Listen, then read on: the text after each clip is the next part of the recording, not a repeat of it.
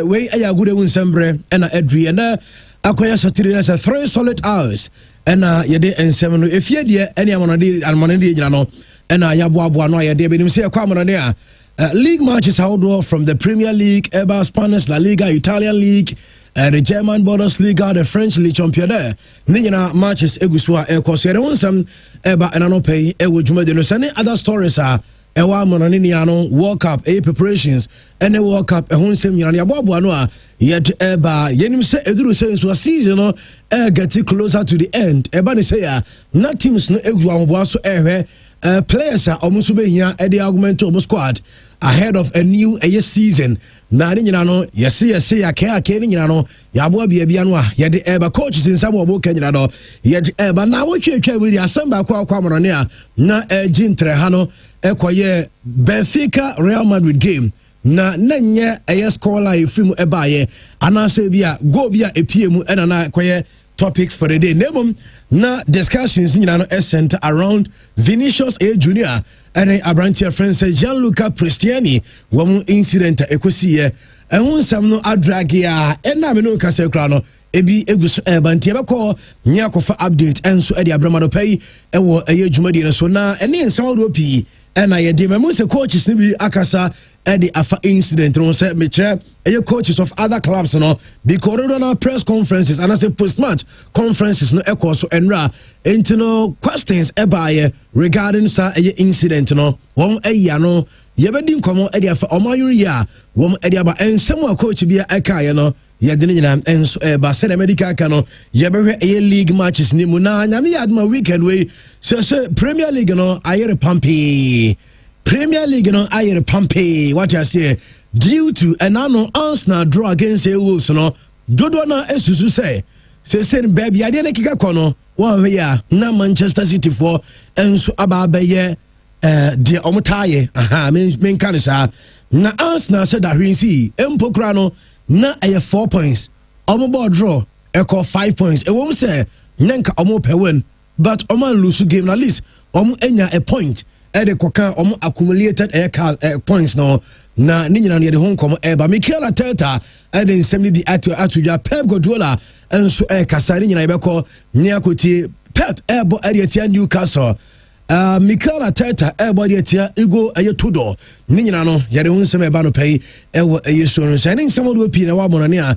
yaboabo ano ayet eba yeba fie nso a yeba the Ghana Premier League yeramu ewo March week 27 na yeba yesterday fixtures no isiete enkomo a coaches edi tuja Asante Koroko after say anano kwasi ada omo lose omo game no too hard to focus saying and Aniama City ewo Kotoko camp menim say Darren po etnasia what you be ramu the details team news and say your camp city no what you be raho don't forget how to folk and so ever win every had yakono woman so the day and FC our house almost camp ahead of our game against Brekum Chelsea ni na yebe call nyako din komo and so our house air camp Mediama Sporting Club and so SC womo se Ghana Premier League na fi womo epeso omoji omo pese takwa TNA Park no enu hosti Africa matches na me just omuji league no akopie mu CAF Champions League yebe omuji ni to aso ne yede hu nsem ba Adriana Football Club se atapoku ene ne mrante no Adrian ena ekos Adriana Stars aso yebe wura ho na fi nkoma wo nyina na yede ba any other teams ni nyina no yebe ko obi aso na fi latest no yede aba Ghana egu ahoboaso for FIFA World Cup 2026 na onse ekoduru se ya nya chese sika sam no so eba na anopei ensem ne bia yete a chere se de yehu any figures bia apie no for a year sika Ghana edeko World Cup 2026 sika ye kodie ewo World Cup 2026 no yate aye figures no na ye pepeji ba ko ene na bonkomo ye go so aye wesi benya na ye di nkomo because the trade there nyasem ketwa ye ba bedwudwam ye bedwam ne 150 million Ghana cedis 150 million Ghana cedis or the $1 $13.679 million Ghana to the World Cup. Eno eye figures ayete no na medical ka chro me se ye bedwudwam ene ye bedwudwan nsem ni mu wa ebefa hunu de odwaadwa because sika no enye ba akofo botom no ato a wo yi sika se Ghana mfanko World Cup eye me no taxpayers money ye to ade a tax dada so ye gi akatua eto a omote ye bank te ye ede ma aban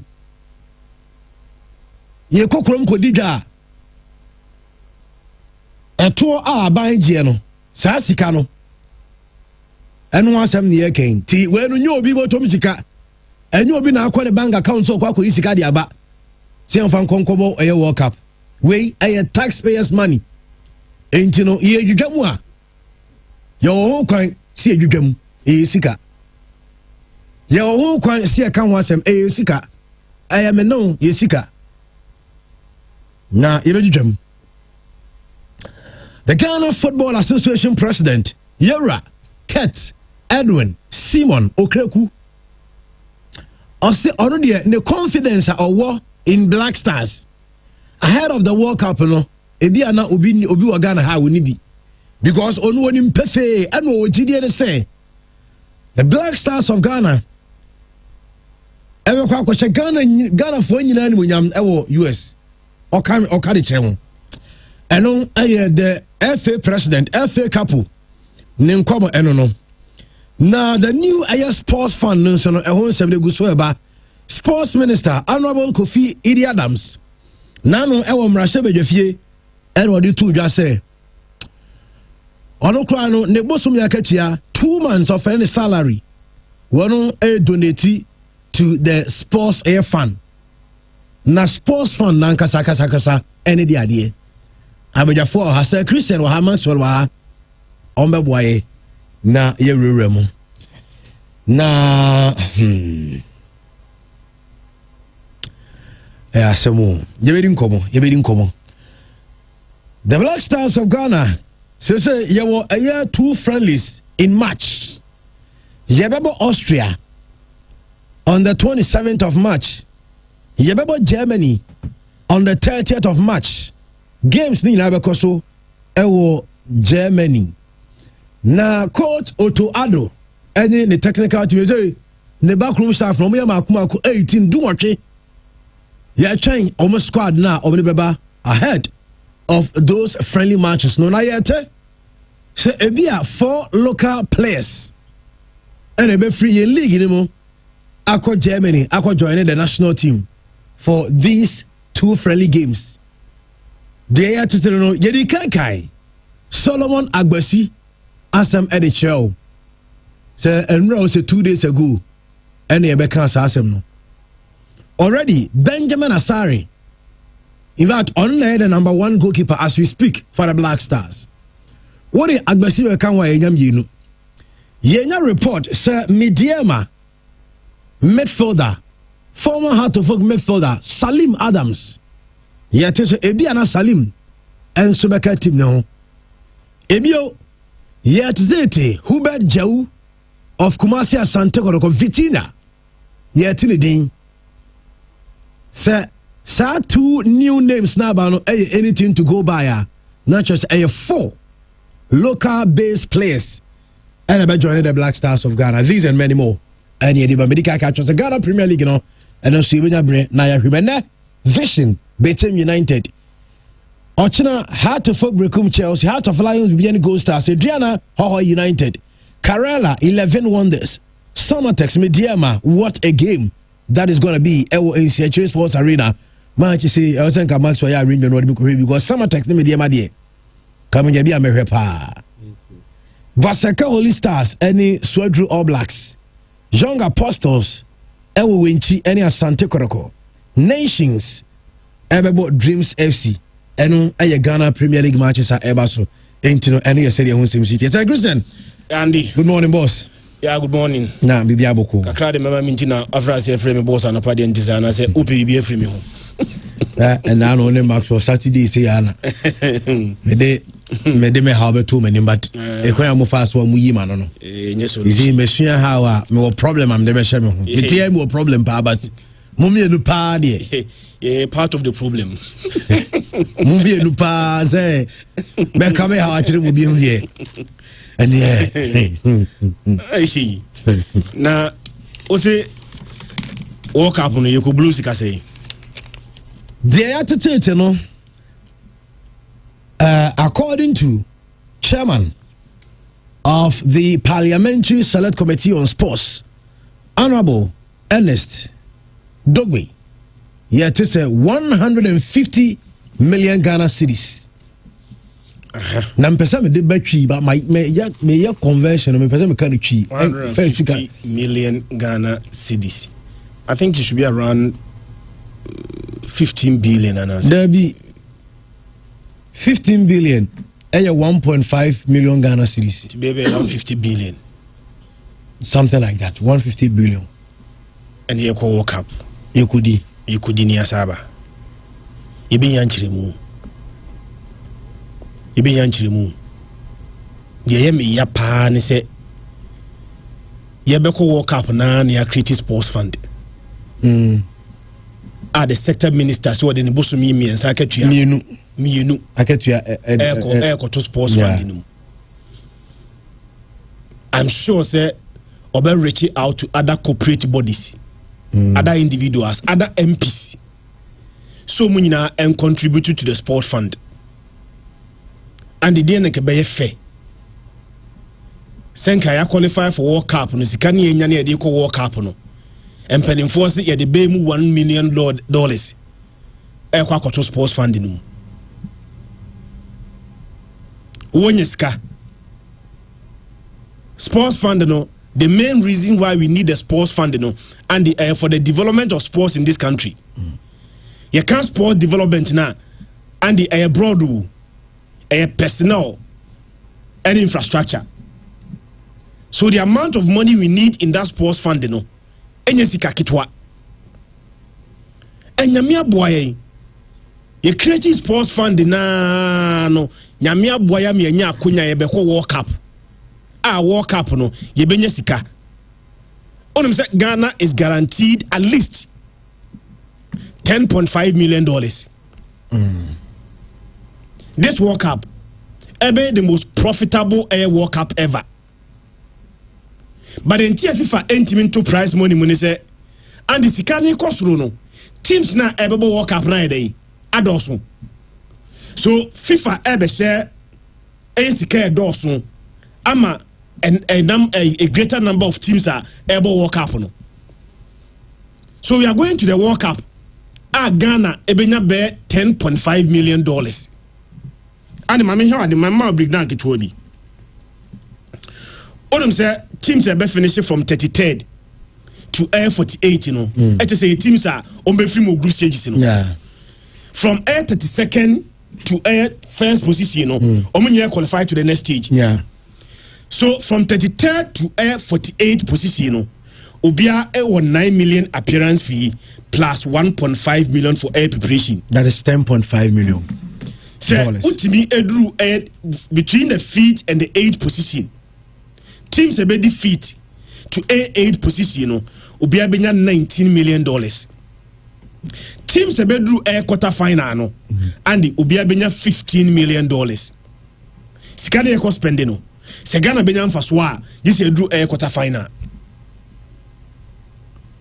So if you are going to spend close to more than $13 million, Nasa Ghana beti more than $13 million. Nasa Ghana team drew a quarter final. So do quarter final. Every team be do quarter final biano.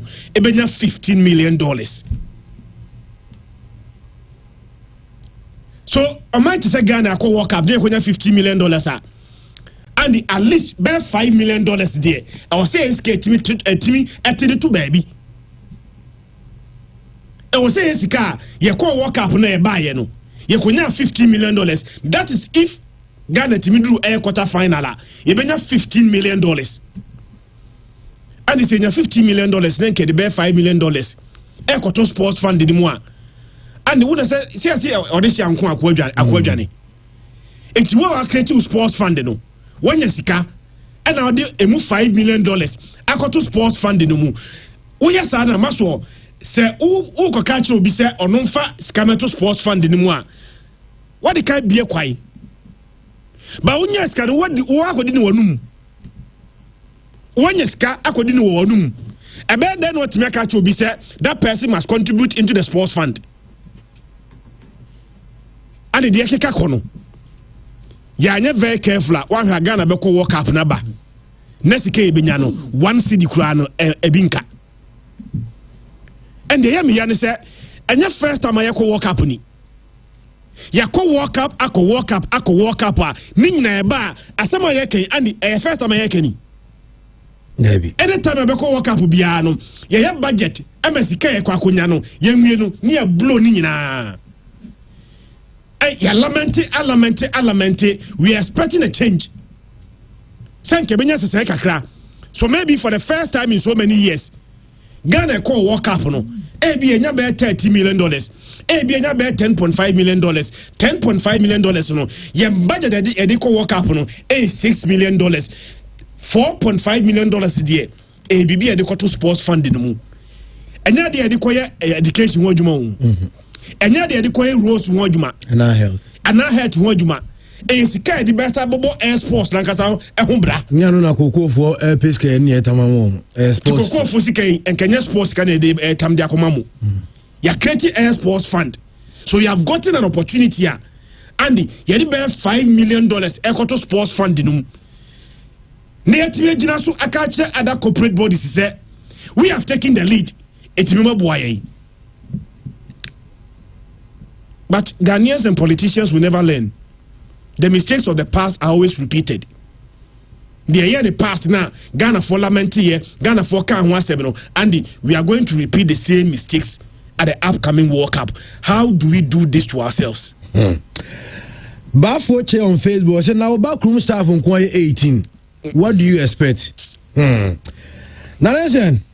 Mamintio real quick on this na young farmer on the Emrana. Okay. You ever sound so abasubiu. Na yaba bidin kovo. What's this Ghana saying? 150 million Ghana cedis, which is over $13 million. It's about 13 million. Yeah. Okay. Dear Tini. To begin with, Sana Mecca said, me Max or Mecca, that's my opinion though. As Mecca said, no, so me who the details of what they are going to use the money for. But George, I say, because me name your friend is saying components, yes, budgets, no, yeah, or say, or forecast it, where expenditure, no, but what I say, any the revenue, how you even gonna get it? It's come when you the amount more that how muko use one. And I the proposal of the Ama government, and their governments also accept here. But which one? Say if in a bedrock budget to the government. Yeah. Say be this amount of money, any be here the hiding, and they are called the World Cup, which is if in a Jumanti, they are right to do that. Now it is the government. Sometimes it goes to the your first cabinet, and no more approvals. Okay, the states able to me a resist ask away. Name scanner mo de buy no. The most of the kwaya mo chire nyina no. Yajitum into a release as Cascanos war into a release the amamo. Sometimes and the bit to me ajatum so okay, the amokoing in a baby a scanning ho. Until be a bit to me at to say, but what I say. A bin so or more draw more the common or more so deliberating on it. So which one? Because one say 30 million of the akoma your friend saying the government it be at the end of the day, there's so bit to me at it. It can also even increase. Because they be now buying so per se or no adding for be so crowded that also goes with budget. And no, you might say good or bad depending on how you feel, but in reality, see a call for World Cup. For me, I don't see it to be wrong because it gives other people in the population the opportunity when it comes to this traveling and issue. So it is not bad at all. This is buying with Scadia, me max on Kenya issue. Entirely, the question here is that which one? Is it the money that has been released to the FA? No. Has it been approved? But what I say, and now the suggestion that FA na ya ba ye deliberating. A proposed, yeah, which a FA na nkasa duty so proposed. Yeah, deliberating on it, Anna. We need to have answers on these three issues. Because I see any answers on this issue. Every discussion be any worthwhile. Because I don't know, they max maybe I make us my opinion there so. Okay. I think say eso. But no crown so eso no pacha. Are you telling me so all the countries in the world they did the same amount of money budget na they go World Cup na? Obi ade be differ. But as a country you see kasem enkwa animu no. E wo se ye de ekofem. Two ne say World Cup na Ghana ekwa de nti ne ye ekọ. Every Ghanaian embisa ne ho say World Cup na Ghana ekọ no. The reason for the World Cup and the badia. The first reason to Ghana call World Cup the badia, mbacho so be boame. Is it to go and get money in money, or to go and do well to sell Ghana and make Ghana proud? Which one? First one, I say if a two nina or two things abako a supreme. Mbacho what I say abako ba first na abako ba say which one? And the didn't come on here expand the which are we going to the World Cup? So okay, you qualify for World Cups. You ain't be you quite scared or you ain't scammer and family about mine or by. And now see young quite the World Cup near GD and also the more sika de banner in him. Segano call World Cup near yard, see you do semi funny some Morocco near there. What him say no cranny the investment be break but more than World Cups can you question? And see as a nation, which one? Yen this are which one? Ebi a bet me a call. Na group stage year free near 9 million whatever 10 near the aba. We are okay between the two sports fund they are building. And now see a be nim because the more crowd ko nim you also get more. Into the World Cup na Ghana Ghana issue is are we going to the World Cup so the scout the ain't going scam about mine and the reason na say ye kwa ya de oh ya de crash also discover into the first and say so kwa ya de let this can be braver na the ube ya de so it goes with investment. And now minim sa meboa so obeya dia it goes with investment. For example, say school air call your friend is saying science and math quiz now and it goes with investment. There is a lot of preparation. You're quite different from the normal. The old students pay money into it. People go for like obiadin hujin people donate a lot of money or more we also know most get discover so that they prepare and go no more the glory no so at the monetary fund edeba. And in Bachawati argument. And last but not the least, say the last World Cup I acquired, your budget na saying. And your back I think say what how much amount of money they call the last World Cup? You can compare we. It is here compare. Any who say are we retrogressing or and I say yeah the big crack can why you any more and I say call more. Any be where we are going. Meaning so what's my argument now say? Because what I know is say the amount of money actors say the players no more one budget at this time. You can say be appearance fee no. And the me sure say bear more than last year because this year's appearance fee bear $10 million at the World Cup for the clubs. 9 million. Then those no more so called actors no will also if only they deserve appearance fee there. Not the nation is ready to pay appearance fee there. Then they will also demand more appearance fee than what we took the last tournament. The entire won't mean demanding more appearance fee. Say FIFA end to appearance fee. 9 million a year Katanano. The same 9 million in your babaji. Yeah. And the entire Michele when he said FIFA Nyeska from this World Cup. But Scano Moniano. The last World Cup no Omoche Edema 32 teams. This time around teams now expanded to 48. Team now expanded to 48. Yes. So Scano Moniano is now going to be shared among a greater number of 8 teams. Unlike so the last edition and but actors, you know, whether it's been increased or not, they can demand for higher. Because 4 years ago, and because me fans say be a year demand, but what I say 4 years ago, what you took, no, me fans say was salary, no. After 4 years, you not take the same salary. And that's my make but so they still can demand for higher. Unless a nation and a Becca say, Ebi as a nation, no, you still any. And the minimum say what's my argument now? Say other than that, there because seven say be offer Shatawale 2 years ago so on the show. The same show not 2 years ago as Andy Abbas on the show. Onji the same thing. Onji. Ente be a nation that Becca say you seal any decide Andy. Ye kwe ni mno common be bre ASAP. But also what I say so that we get proper understanding. Other than that, the amounts in there for me as a nation, you bet me at so. Okay. Maso made mention of say World Cup now as all your investment. the science and maths quiz, you know, example. And the science and maths quiz, you know, when do they do the investment? And yet 3 months, they do the investment over years. It is a better investment in football now. And yet, when you are going to the World Cup, investment you say in football no, a time where you invest in grassroots and developing the next air talent ever. An opportunity yenyeska, I bet me yes I didn't know. And if we miss this opportunity, when are we going to get this opportunity again? Afcon no krano, sikani Afcon musao.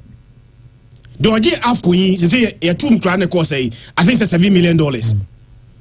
But Ghana kra ko Afcon na, ye mbadde de ko Afcon no, ye kodiska esne the prize money.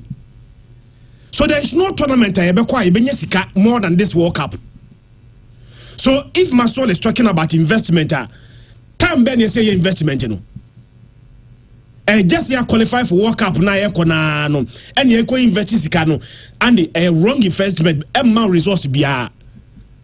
We must begin to invest in the next 4 years.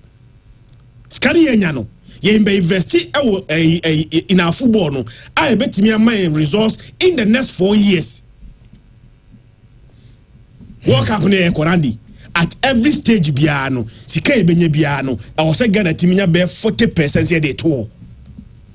So group stage in every month, I bear $10.5 million in the bar. Ghana should make sure that at the group stages, you know, any place like Kasa, you are guaranteed $10.5 million. So $10.5 million, no, we are going to spend 60% of it. Diakano, you be invested amamwan Kasa. Si etimindru quarter final ebenye sika sei science kadi ebinyano and a percentage of that money will be spent, then another percentage of that money no will be put in the sports fund no yemfen tua koko foka yemfen tua teacher foka sports na nkasa e de be ye ho adwuma just a minute. Yeah, I think I agree with you, Chris, but the difference is that football and the math and science quiz are 2 different things. Just that ninja na opompo be investment. Because football no say opponent on a bar offer scout or scouting way. But eba math and science quiz are the same set of thing na mo kwe. Say England on your mobile be on a kata na eba. It comes with different kind of scouting. And see what I'm trying to say is that no matter what it is, you know, even friendly say opponent and the bet sure that some of the friendlies are say obo closer to the tournament. But what I say, to me more friendly be a year or 2 and 2 ahead of the World Cup. When who opponents and crowd determine the kind of friendlies I say obo. It's what I'm trying to say is say omunyina mo be make investment before you go to the World Cup. Me max on me opinion says scan the 13 and the esoba 2. Me person me who the call me ba say be san ba so the call last one no. And exactly what we are going to use this money details nemra so that we last one then me work on that ya discussions no e dey flow akwasi adoma ko ya chia pa all the way e Belgium so chia obi e studio ase ba yenko na yemfa mo ne nsam no ento aso ha pure 95.7 FM o ko so anu follow e show e Facebook and pay o ko Pure FM TV na fi wa like share comment no na wa drop mo follow e YouTube na Pure FM TV live e YouTube so e ka latest yeni komo na fan simply be end together and no cost pay na mama friend to go sebo conference be about na fie e was son mama so mo share too Emma LT say ate kan ba ko abrantia friends e good zata one e share 2 goals e ma another about team no enum e de e wo Italy no Sassuolo wo mo che Hellas Verona e bo mo 3-0 Germany e bobo conference mine so 5 wo any Hamburger e bo 1-1 Brass enra o mo che Olympic Marseille e som e 2-0 enum e de ko so ya the one some Emma Manano pe e wojumedin sana woko e Premier League no 3 o'clock na games no e sha Aston Villa e body Leeds United Brentford and Brighton Chelsea e Burnley West Ham United and Bournemouth 5:30 and then you able 8 Manchester City one and club they from Newcastle one game on Evers watching oko Premier League no ma the champion is a game Evers no e Crystal Palace one able Wolves Nottingham Forest able Liverpool Sunderland able Fulham Tottenham Hotspurs any Arsenal wɔn game no enso betumi akɔ so ɛno later sɛ bɛ wɔn nsɛm no yɛte ɛma mo nano pɛ sɛ okɔ Spain na nyame adman Real Sociedad ɛne Real Oviedo sonso na Betis ɛbɔ Vallecano Osasuna ɛne Madrid ɛyɛ 5:30 Atletico Madrid ɛne Espanyol ɛno ɛyɛ 8 p.m. ɛno ɛyɛ sɛdeɛ ho nsɛm sitie ɛmi adma wɔkyena ɛwɔ Spain Getafe ɛne Sevilla Barcelona Levante ɛyɛ 3:15 Celta Vigo ɛne Mallorca Villarreal ɛbɛbɔ Valencia ɛno ɛyɛ deɛ tiɛ mamemfa wɔ Anthony sɛ wokɔ Italy Juventus ɛnɛ wɔn ɛbɔ kɔ wɔ 2 p.m. Lecce ɛne Inter Milan 5 p.m. Cagliari ɛne ɛyɛ bɔbɔ Conference Lazio ɛno ɛyɛ 7:45 p.m. ɛna saa game no ɛnso ɛtia kɔ so wɔkyena Genoa ɛne Torino Atalanta ɛbɔ Napoli AC Milan ɛne Parma Roma ɛbɔ deɛ tia Cremonese ɛno ɛyɛ update ɛbɛho nsɛm no yɛde ɛma mo ɛwɔ dwumadi no sɛni nkɔmmɔ no piano pɛi na yɛmfa nsɛm no bi ɛnso kɛbɛba ne abɛwura mu ɛnso ɛwɔ ɛyɛ matches no medɛmom de ka ɛma me ɛyɛ FIFA president ɔpanyi a friend sɛ Gianni Infantino na ɛno a wɔbra no dwumadi no ɛkɔ so no bɛyɛ ne story sɛ ɔpanyi no ɛnso kɔpie ɛwɔ America wɔabra no kyɛ sɛ mpanifoɔ ɛnso ɛyɛ kyɛ sɛ seminar wɔno ɛnso kɔpie ɛde nsɛm pii ɛnso ɛde kɔkɔto dwa mamemfa wɔ ɛnso kɛ sɛ ɔpanyi no ɛno a dwumadi no ɔkɔɛ ɛwɔ America no ɛho ɛyɛ abaasɛm ɛde ama Gianni Infantino menya report sɛ IOC for report amenseka ɛne sɛ ɛyɛ International Olympic Air Committee yɛsɛ ɔmo review Gianni Infantino after sɛ ɔkɔpie mu ɛyɛ Donald Trump's ɛyɛ Board of Peace ɛyɛ meeting ɛwɔ Washington ɛne ɔkɔɛ na deɛ nti asɛm aba ho nyina no ɛyɛ kyɛ na ekita ɔpanyina yɛfa no sɛ Gianni Infantino deɛ mɛkyerɛ sɛ IOC ɛyɛ president owura anasɛm na mɛfa sɛ ɛyɛ Christie ɛyɛ Coventry wɔnom ɛde ato yɛ sɛ na ɔmo nyɛ awɛ maame ne sɛ no ɔnyɛ awɛ sɛ owura friend sɛ Gianni Infantino wɔnom ɛnso bɛkɔ na ɔmo nso ɔmo kyerɛ sɛ ɔyɛ FIFA ɛyɛ president a ɛwɔ sɛ ɔremedi politically neutral ɛnti wontumi ɛnkɔ America sɛ ɛyɛ Donald Trump board of ɛyɛ peace meeting na nkɔgye US foɔ kyɛ ɛnso ɛmfa nhyɛ ɛdi kwae sɛ no ɔkɔhyɛ ɛyɛ kyɛwe sɛ wɔkɔhyɛ kyɛwe a na kyerɛ sɛ politically wonyɛ ɛyɛ neutral asɛ wotilte ɛnso de kɔ baabi wotilte ɛnso de kɔ ɛyɛ America ɛni kwae sɛ as ɛyɛ FIFA president a kyerɛ sɛ mto World Cup ɛbɛ so na World Cup ebi bɛkɔ so ɛwɔ ɔman no a yɛfrɛ sɛ America no wontumi ɛnkɔyɛ saa deɛ no ɛnti wɔhyɛ aseɛ ɛnso review Gianni Infantino ɛyɛ meeting a ɔno so kɔɔyɛ ɛwɔ ɛyɛ Washington ɛno ayɛ deɛ ba yɛdi ho nkɔmmɔ no pɛ ɛnso wɔ dwumadi no so mame coach a friend sɛ ɛyɛ Zidane na yɛni nkɔmmɔ Zidane nie obiara anim sɛ nyame yɛ adom a ɛyɛ FIFA World Cup ne ba na wie a Didier Deschamps a ɔno ɛyɛ French ɛyɛ national team coach no wɔno ɛde adwuma no bɛtoɔ na next coach ɛyɛ ɔpanyin a friend sɛ ɛyɛ Zidane na mmom na confirmation ɛnso nyambayɛ ɛno anadwo deɛ mate ɛne sɛ verbal agreement between Zidane, French Football Federation, Nina Enso Tinyako, so after 2026 World Cup, no, the next coach, Enso Edema France, no, Ebe Zidane, Sir France for Ebaje, Sir Omonye, Zidane, and Ebe verbally, Woman Enso na agree, Amayaka Sebibia, Enso sealed, and Diatia, na Yanko Abranche France Gianluca, Prestiania, so Abranche way, and any Vinicius Junior. Enso konya asem nanu Tuesday enso ewa stadio aya dalu na for panyino emame onye arantia friend say Gianluca aya Prestiani report I say can say na no I don't say we catch us fifth and I say you ever for a release statement say omo your investigations into somewhere course as to some Gianluca aya Prestiani or catch Vinicius Junior sasabi or ya adre ananso wan kasa no woman start investigation mama in the picture no na you come also the natar and katana no yes enra UEFA for etroye and come Benfica for omo ya branch because some video evidence I just a time boy no dia tare katana no waka bibi entomra na obechemu emfanchire UEFA asamwa waka chire Vinicius Junior yesim Gianluca Prestiani ekonro wasim okache UEFA for say one country Vinicius Junior sabi one you so wide no mono dia o de babrofo monkey ro so da bi one ka monkey nemom the kind is okan fagot not just was fini say oye gay ɛno ɛne asɛm a ɛsɛ boy no ɛkɔ pie mu ɛwɔ UEFA so after so me invited no ɛno yɛ asɛm a wɔn nso akɔka ɛde akyerɛ UEFA for they say yɛ twɛn ɛyɛ UEFA wɔn investigation so mo wia outcome ɛno nso betumi apia ba na ɛnura mami PSG coach Luis Enrique onie nanura na just ɔno nso ne pre-match air conference ɛkɔ so ɛno nsɛntwerɛfo no bi ɛkɔbusa ne sɛ wo deɛ si ɛna no ɛyɛ Tuesday so wo hu kwa ɔmo yɛ sure sɛ ebi a ade ne si wie no what and wasem between Gianluca and Vinicius Junior wo deɛ si no so Vinicius ɛsɛ Brent no abusing racially and Luis Enrique say ɔmo chance ade no ka fa ho and was said you obeka bia any important deɛ obeka bia si abia no enya deɛ ehia nemom deɛ kyerɛ sɛ yɛma ayɛ akodana yɛfrɛ no sɛ ɛyɛ Prestiani one empacho yen church na obia enso nkɔ ne baabi ɛno according to Luis Enrique enra ɛwɔ ne pre-match air conference ɔsɛ ɔnkarɛ mfamfa ho nemom ɔmoma player na yɛsɛ wɔ abuse ɛyɛ Vinicius racial and ɔmpanakyɛw na afei obia nkɔ ne baabi ɛno ɛyɛ Luis Enrique ne nsɛm no nemom ɛyɛ baamunchin coach our friends of Vincent Air Company Mame Vincent Air Company enra what the 12 minutes and addresses a issue no na Jedikai Vincent Company say Jose Mourinho wadi Jose when ye papa now Jose Mourinho as someone see ama obi a clear say even time a incident in here Vinicius Junior waba won chain and we be komo na only Vinicius o tie na asem wie na okọ aye post match na o de akosi say Vinicius Junior ono nkasa ya fon so na ni kwa so ko celebrate sa eno and Vincent Company say or reference Jose Mourinho a big mistake na eda ka say Jose atena say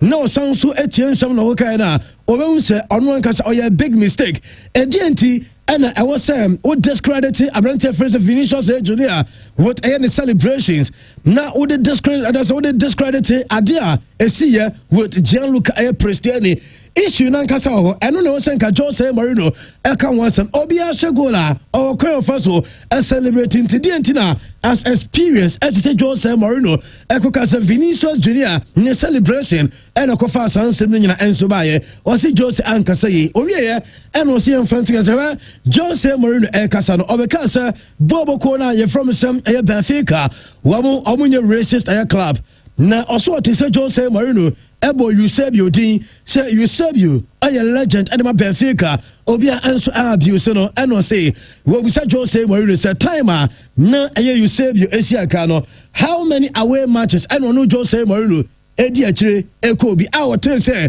Eusebio obi anso abuse racially and the Jose eka no a mistake Jose enko no sam review eno according to Vincent Air Company and ono enso atutu de enti ama coach Jose Mourinho woba aye South Africa legend branch friends Benny McCarthy also emrebi atwabo no osanhye assistant air coach no strikers coach Manchester United na sabese 2 years ago na ono hold this position na onse reference Benny McCarthy wano so nipa tuntum na ono so akabi area Jose Mourinho o say was said man we had Jose Babonten na obepacho yentie Benny McCarthy de ntia o se Jose Mourinho Babonten ebepacho yentie Benny McCarthy ensemo ono so yatuja situation. He could have handled it better, or he could have chosen his words probably better, but emotions got the better of him. But I know the statement that he made was very wrong, was a wrong statement at the time for somebody that advocates for African players and, you know, an African continent. But there you contradict yourself in what he said, because it was not pleasant towards. I purely just take it down as emotions of the game and the situation where he kind of felt that he has to back his team, and then later realizing I made a wrong call there. We all humans, we all make mistakes, and you know, when it comes from somebody that I know personally and I know how he feels about our continent and our people and players that plays for him, he's the most stand-up guy that any African player will ever play for. ɛno ayɛ according to Benny McCarthy sɛ Jose Mourinho personally onim no na Jose said the Africans as feel because woman yɛhu sɛ ofili African players in fact Africa continent no ofili Africa continent no na asɛm wei asia deɛ Jose etimi kɔkae no na mmom ɔsrɛ sɛ wiase obi ayɛ mfonsoɔ wei ɔgye tom sɛ Jose Mourinho ɛtransia obɛhu sɛ ɛyɛ mfonsoɔ ɛna ɔyɛɛ no ne ne kwa sɛ ɔkɔdi saa nkɔmmɔ no ɛno ɛyɛ according to ɛyɛ Benny McCarthy ɛna ɔde saa nsɛm no ɛnsɔre bɛto dwa about ɛyɛ Jose Mourinho na Keylor Navas ɛyɛ former goalkeeper ɛde ma Madrid bɔbɔko no ɔsan nso kɔda ɛyɛ PSG na Keylor Navas ɛna aba abɔnten bɛto dwa sɛ akɔda no friends ɛyɛ Cristiano no ɔno deɛ wɔbɛsrɛ ɛyɛ just appropriate ɛyɛ bodies no sɛ ɛyɛ UEFA o anaasɛ ɛyɛ FIFA ɛwɔ sɛ severe punishment asotwea emu ɔden ɛwɔ sɛ ɔmode ma ɛyɛ player no sɛdeɛ ɛbɛyɛ ɛbɛ deter other ɛyɛ players wɔn nso sɛbi nkodi saa nsɛm no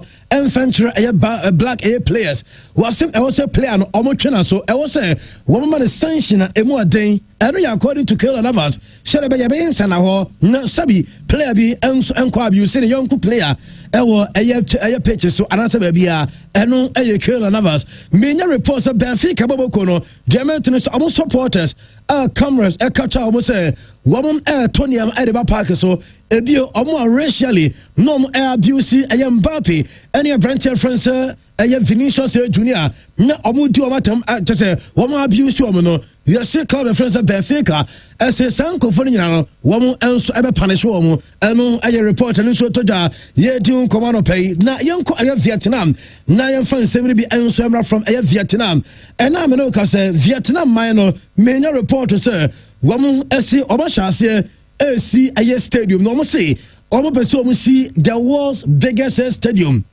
na ɛyɛ stadium no ɔmo hyɛ aseɛ ankyɛ sɛ ɔmo nsie fa stadium no ɛto so ma me ɔmo si ne die no ɔbɛfrɛ no ɛyɛ Trong Dong ɛyɛ stadium na onim nipa a ɛbɛfa ɔmo sɛ ɛbɛfa nipa 135,000 enti saa stadium ɔmo si ɛwɔ Vietnam ɛna amena ka sɛ adwuma nso anya ahyɛaseɛ ɛno ɛyɛ report ɛba yɛde wɔn nsɛm ti Vietnam fo ani abere ɛno ɛyɛ sɛdeɛ wɔn nsɛm si tie yɛnkɔ ɛyɛ Inter Milan na mami Lautaro ɛyɛ Martinez yɛne ne ho nkɔmɔ no pɛ na no Lautaro Martinez ɔbra Inter fo ɛkɔ Norway ɛne Budo game no ɛnso ɛkɔ so mokɔ no so 3-1 Lautaro Martinez ɛkɔ praeɛ ɛma ne coach friend sɛ Christian Chivo ɛde bɛtu dwa sɛ ɔmo ɛlusu ɛyɛ player no because anano injury no hu ye no ohun sɛ anya injury a ɛhyɛ da ɛyɛ papa ɛma me bɛka kyerɛ sɛ Argentina for ɛnso aba sɛ we coach ni nya de ɔka no munim ana so mate sɛ anya de bi abankyerɛ bɛtena nkyɛ bebrebe akyɛ menya report sɛ ɛyɛ 4 weeks na kyerɛ sɛ 1 month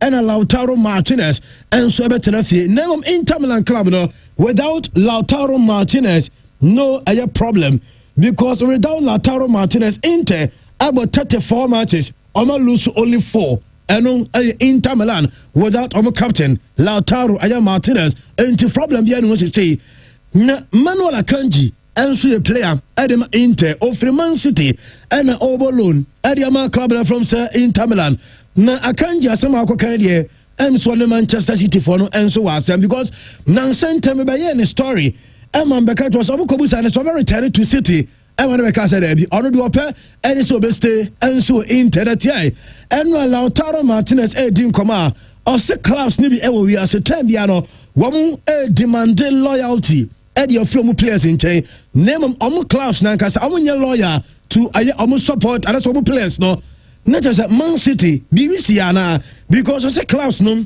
ɛna ɔmo demand loyalty na mmom ɔmo nyɛ loyal to ayɛ players ɔmo nyɛ loyal to ɔmo ankasa ɔmo ho ɛno ɛyɛ Akanji ɛna ɛdi saa nkɔmɔ no pɛyɛ a yɛde wɔn nsɛm ɛba ɔkɔ AC Milan Rafael Leao ɛyɛ Milan ɛyɛ player na mame Rafael Leao sɛ ɔyɛ one player yɛbɛte sɛ Mikel Arteta na wɔpɛ no ɛnso wɔ Arsenal deɛ mɛto no sɛ Arteta ɔmo asa hyɛ nkɔmɔ no ase yɛsɛ Mikel Arteta sɛ nyame yɛ adom summer 2026 Obero say 26-year-old winger Rafael Leao obenya no enso denaba because enye ne ana all person player enti say samano akwanya eba ombere say Rafael Leao omunsa enso wetua ka no enum deva yade won sam mamu ewo dwumede say Jadon Sancho ebo edema Aston Villa boboko na Sancho nie mame fa we ento yanum say reporter men say ka eni say Borussia Dortmund club no menya reports omo epese Jadon Sancho summer transfer window no ebia omo person ko fa Jadon Sancho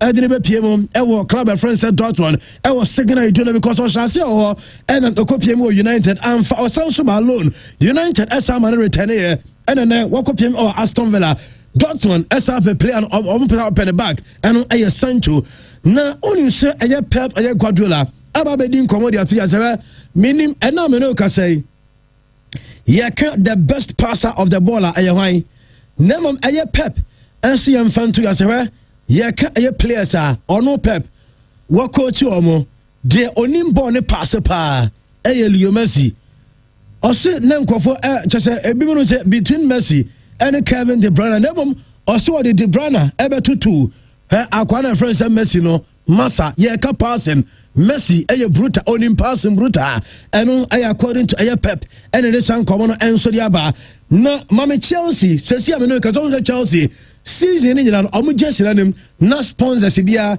enso emu jersey nanim and ameno ka say Chelsea assigning official contract and as a deal now we almost multi-year global partnership with Juekua ye from say IFS now you saw your world's leading industrial AI provider and now you can say nyami adman Chelsea against Burnley Chelsea just name no many reports and member no ebe use ne nyami adman china Chelsea women's team able gamer obe say IFS wamu logo no enso ebo Chelsea obu just nanim kama said o hwe e screen said Enzo Fernandez Abrantia friends Cole Palmer Reece James and Lauren James mo or omu picture na screen na say ana Chelsea just no enso besia enum deba mame fanto nim enra mame Chelsea players no because enra omu youth team ni game Editia Leeds United Chelsea and 21 no ebo game earlier na beto as a first team player and friend say Romeo Lavia after so prior Obano na sa game no and Romeo Lavia and so everybody that's what they return and why you say Romeo Lavia Asia kai where Chelsea players are almost supporting Romeo Lavia ubemwa ubemu Cole Palmer ubemu Liam Delap ubemu Tosin Adarabio ubemu Malo Gusto and afe mami coach a friend said Liam Rossini Chelsea coaches no ye unsem yenu na omunsu jina players no echetu enemum coaches nim yenu Rossini and one other coach na omunsu jina ho ma wom monitor player na your friend say Romeo Lavia because many report is Chelsea FS omo game against Arsenal and we next week wom FS Romeo Lavia fit na Samaritan omo de ka team no nempo se ekoba so nya playing time Lavia and so bet nyakosi akam na Chelsea enum update aba yede won some mamu e wo show no so ne na mama Chelsea coach Rossini Liam and the betu omo ko bisa Liam Rossini or say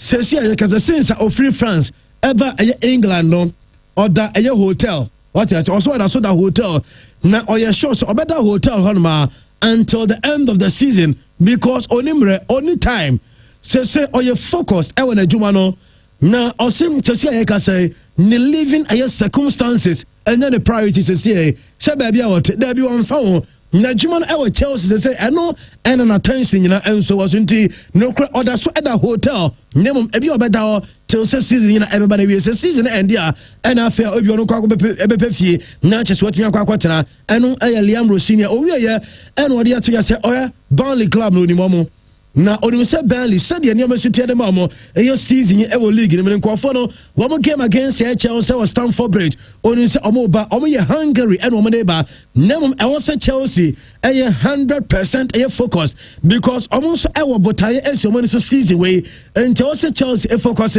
no make it so ewo fie wo mo ebeje points ni because wo mo club na yeah, from sir, just a Burnley phone, ever 4 point to be an answer the call, and I dear ba no, Mammy Nicholas A. Jackson, Nico Jackson, on Sandra, maybe Bamunchin for training at the show, Emma make a choice, I will training grounds, I was Sabana Stress and Snow, no, not a Kata baby, and boys in air training. na yeso mu we trainer anajo hwe video na edon screen so no hwe Nicholas Jackson wawro no eye ne boxers ene Senegal omu eye pants ene hwe Nicholas Jackson ene ne nice form ene ode ne airport pro national zoom snow no airto unia ene namu a okono na say not new anymore what you say na say we no enya foforo bia this winter is part of my routine there's a idea one enti ha no enkofo nhede I want enkofo records in channel snow no akova cars nya nemom Nicholas Jackson adwane ho ene wonam eye snow ni mu just wose we no enya anything new what you say enya dia eye foforo kra ene mo no eye Nico eye Jackson no nkasa ene post sa video we ya ye enso de chiro say Oko Club of Francis Spurs a new coach Enswaba na mame Tottenham Hotspur players no womo any coaches enra anajo omo game against a club na ye from Arsenal on Sunday enra omo ko dinner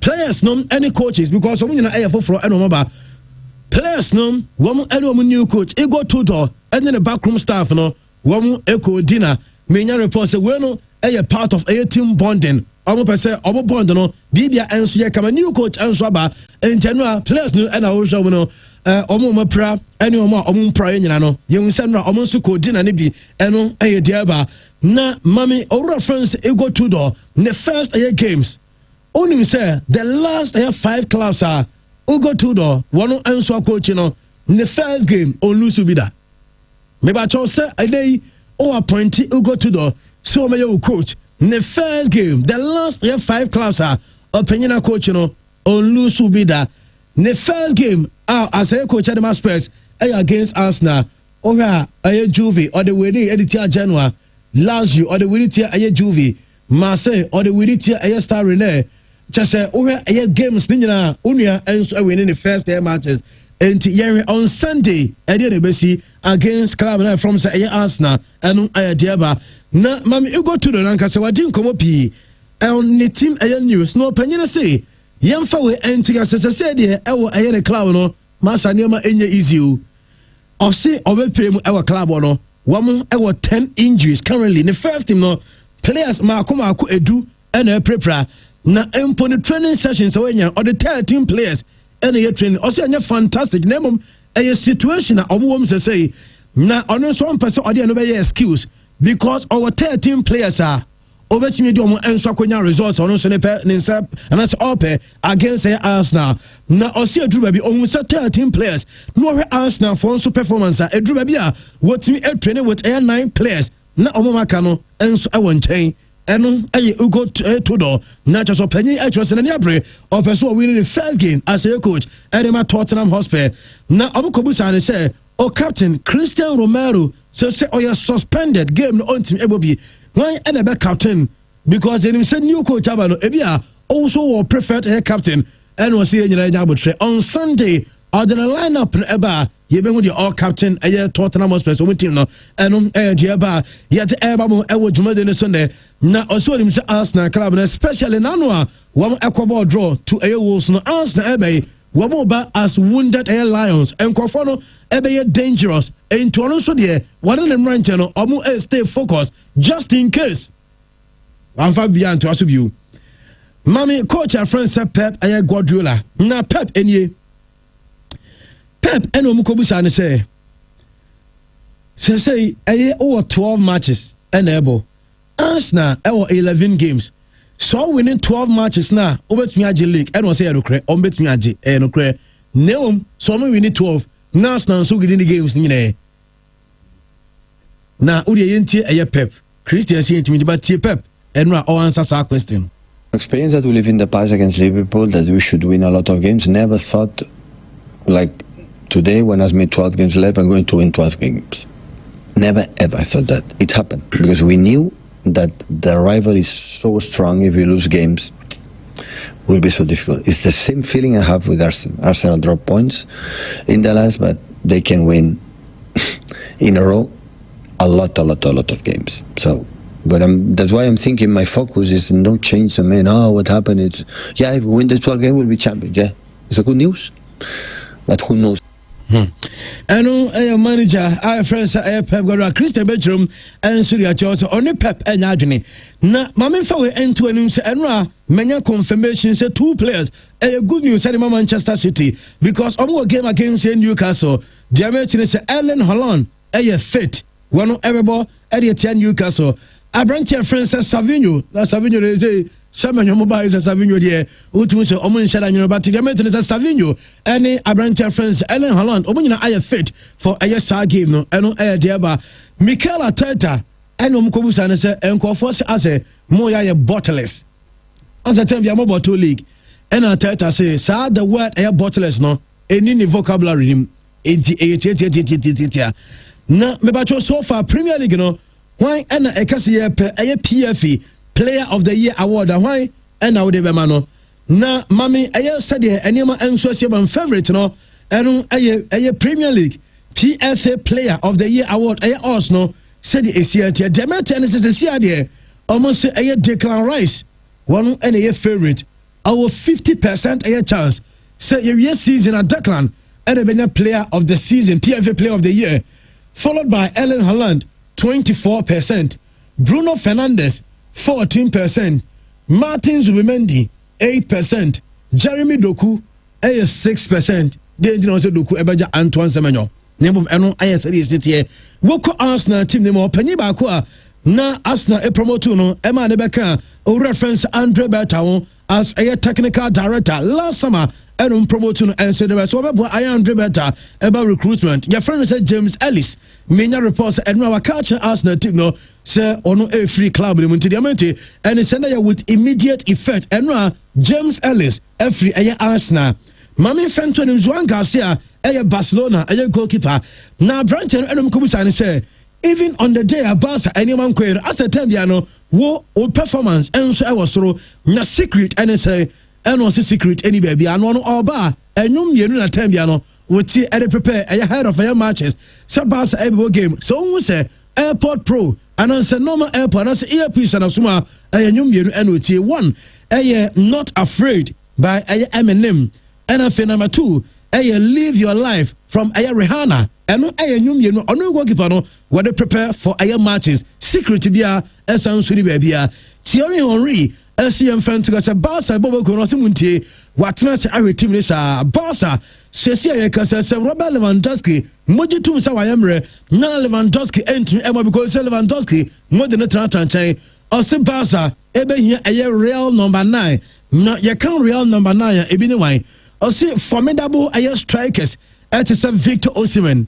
Erling Haaland obi te se Harry Kane the proven finisher not a prospect and na Barca mube hia ente Lewandowski kwa enya sa fei and amoko per striker bia say ne prospect enso e was so da bi e was some po bia already proven and Henry advice to Barca Joe Cancelo join the Barca team no via and said the last 3 league matches 13 minutes and Joe Cancelo enso abo just on the modern one and our fam announcing the training and saying and I said Jules Kunde and Romintimi and dropping on name only 13 minutes and a Joao Cancelo abo La Liga in 3 matches and Mami fa we to gas Mami Madrid supporters omo banana no wo mo kobo Valdebebas because no anajo Madrid team no free Madrid akopiem Pamplona na Mami supporters no banner kase kobo training ground so na adaya almost support the ma 2 players Vinicius Junior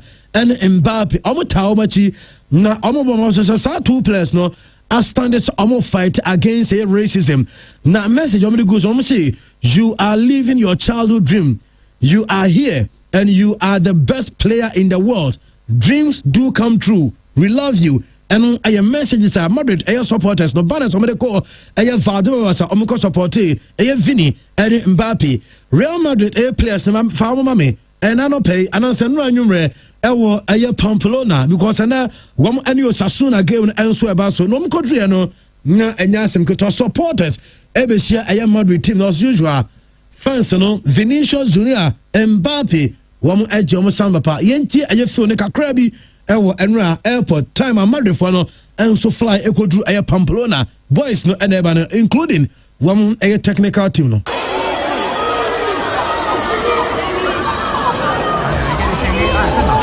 95.7.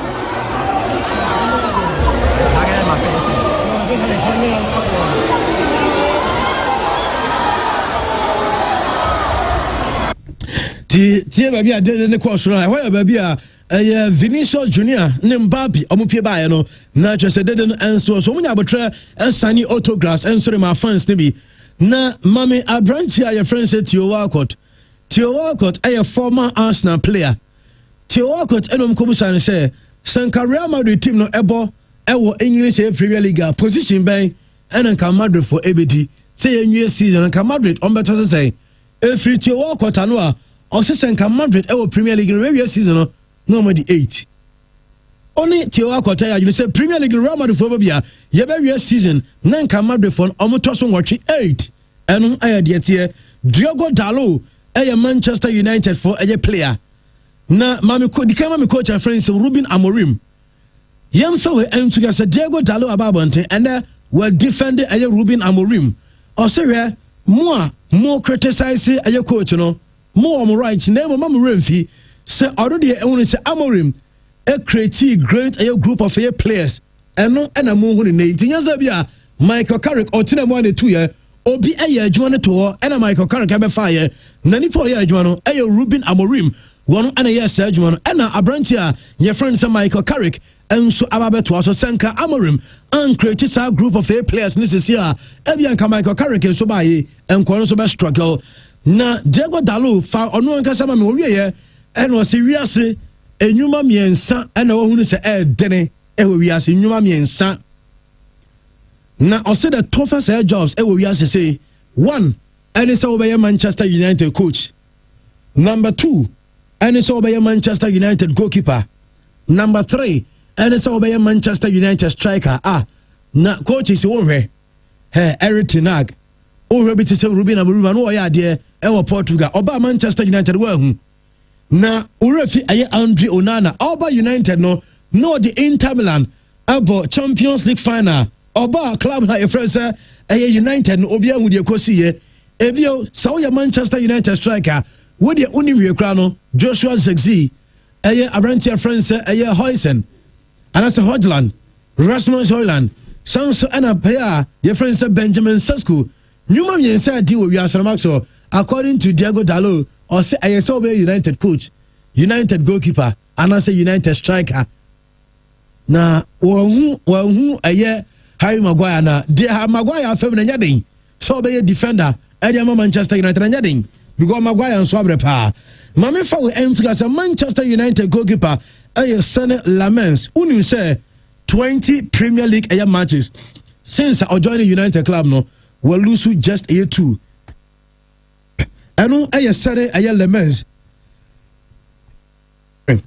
Lemens any 20 Premier League matches will lose only 2 and just a goalkeeper no and so adibibi our club friends Manchester United mame fa we into so oko Premier League no teams are wamu our supporters our United States over United States just a population na supporters teams almost supporters percentage in Liverpool dikai 22% of population one support Liverpool, 16% support Arsenal, 13% support Chelsea, 7% support Manchester United, 6% support Spurs, 5% support Everton, 3% support Fulham, 3% support Man City, 3% support Crystal Palace, and 1% support Leeds United, and United, and that's a United States Premier League clubs no more supporters pa and so mame fan to him say Casemiro menya repo say Casemiro season e ba na we o free United yes Inter Miami say El Nassr ye be ka say Cristiano Ronaldo work Sanka El Nassr e be fa Casemiro na mum mate say Inter Miami America wo mu enso abo rasa ye deal ne mo enom e de etena no na mame fa we ento him say enamfo de say mo ye link up na Gavi and Femi Lopez, your teammates, club and friends at Barca. When you say Femi Lopez, Nini Abema, Baba wa only ko out no, Gavi, the sister, and Femi Lopez, the brother, and the general Femi Lopez, Gavi a sister, and the general teammates no, we know Omoyan Kunta for and I said, Neti, as a Gavi na konta ne Femi Lopez ana Femi Lopez na konta any Gavi said you be bia eno aye de tia ye de wonsam e ma mo e wo dwuma de no so one Laporta as Barcelona entimin take a risk say omo kwato aba ma obi a wo o just only experience no about destroy any ma Barca ono Laporta 80 years a building we no ochi e de Victor Font we maka just on elections no he obi achi e de yare no nko or se Barca entimin kwato aba nyi obi a only experience Victor Font only experience bia Gerard Martin ese ewo eje club reference Barca ni teammates no omo nyina friend Maldini o se edi obi a de friend omo friend Maldini eno aye Gerard Martin maminye with a player friends and as a keeper na ne din ade Yashin Bono ono ene dem ede ma Hilal team no ewo Saudi Arabia na goalkeeper ne say ono ne gidie ene say two teams wo Saudi Arabia on betia compete ewo UEFA Champions League o say aye Al Hilal and Al Nassr sa two teams no Saudi omo be pie mo ewo Champions League ne ma on betia compete na omo compete ye pa eno aye de tia yet ema mo ewo dwumadi no so ne eno aye said ya hunsem esiate ma memfa no si na memra bidafo na afi no yeni enkomo say Christian ali say ma men sha se enfri so o Andy medasi nana dem say games na na ebehwemo a maso ka kire me say ne de ni sika dia next week ma adwuma maka jenze ne one hwa Monday adwuma de nyama because we dey one match bi di edi bi wom one match bi be say bibia but ye mompaye and Chelsea go against Burnley. That intia me hwe Chelsea game ne say see we season no na e teams a omo disappoint pa and the only by adwin say Chelsea am top faller e don be kan. Yeah. Because Chelsea ko je club World Cup no. Me kura me gidi ye se me kai se me kan say ye pe team se betimi age league na de Chelsea ko e no club World Cup no ntino ye mfa Chelsea nka ho be bobo season na wie na se Chelsea antimi anye league no na se amo antimi ansa amo top 4 dia and the odicha enye yi na de ntia se omutibi take advantage ni se o league table ni se sie ya Chelsea to sunum enum na omotoso no omo ye 1 point behind Manchester United. Manchester ebo Monday away to Everton and this game no bibia betimi asi. Manchester can win, Everton can win, and again no kwa betimi a pie draw. Se pie draw na se Manchester drop points a or say Chelsea team take advantage of that. Now osign Manchester United home now moving into the top 4.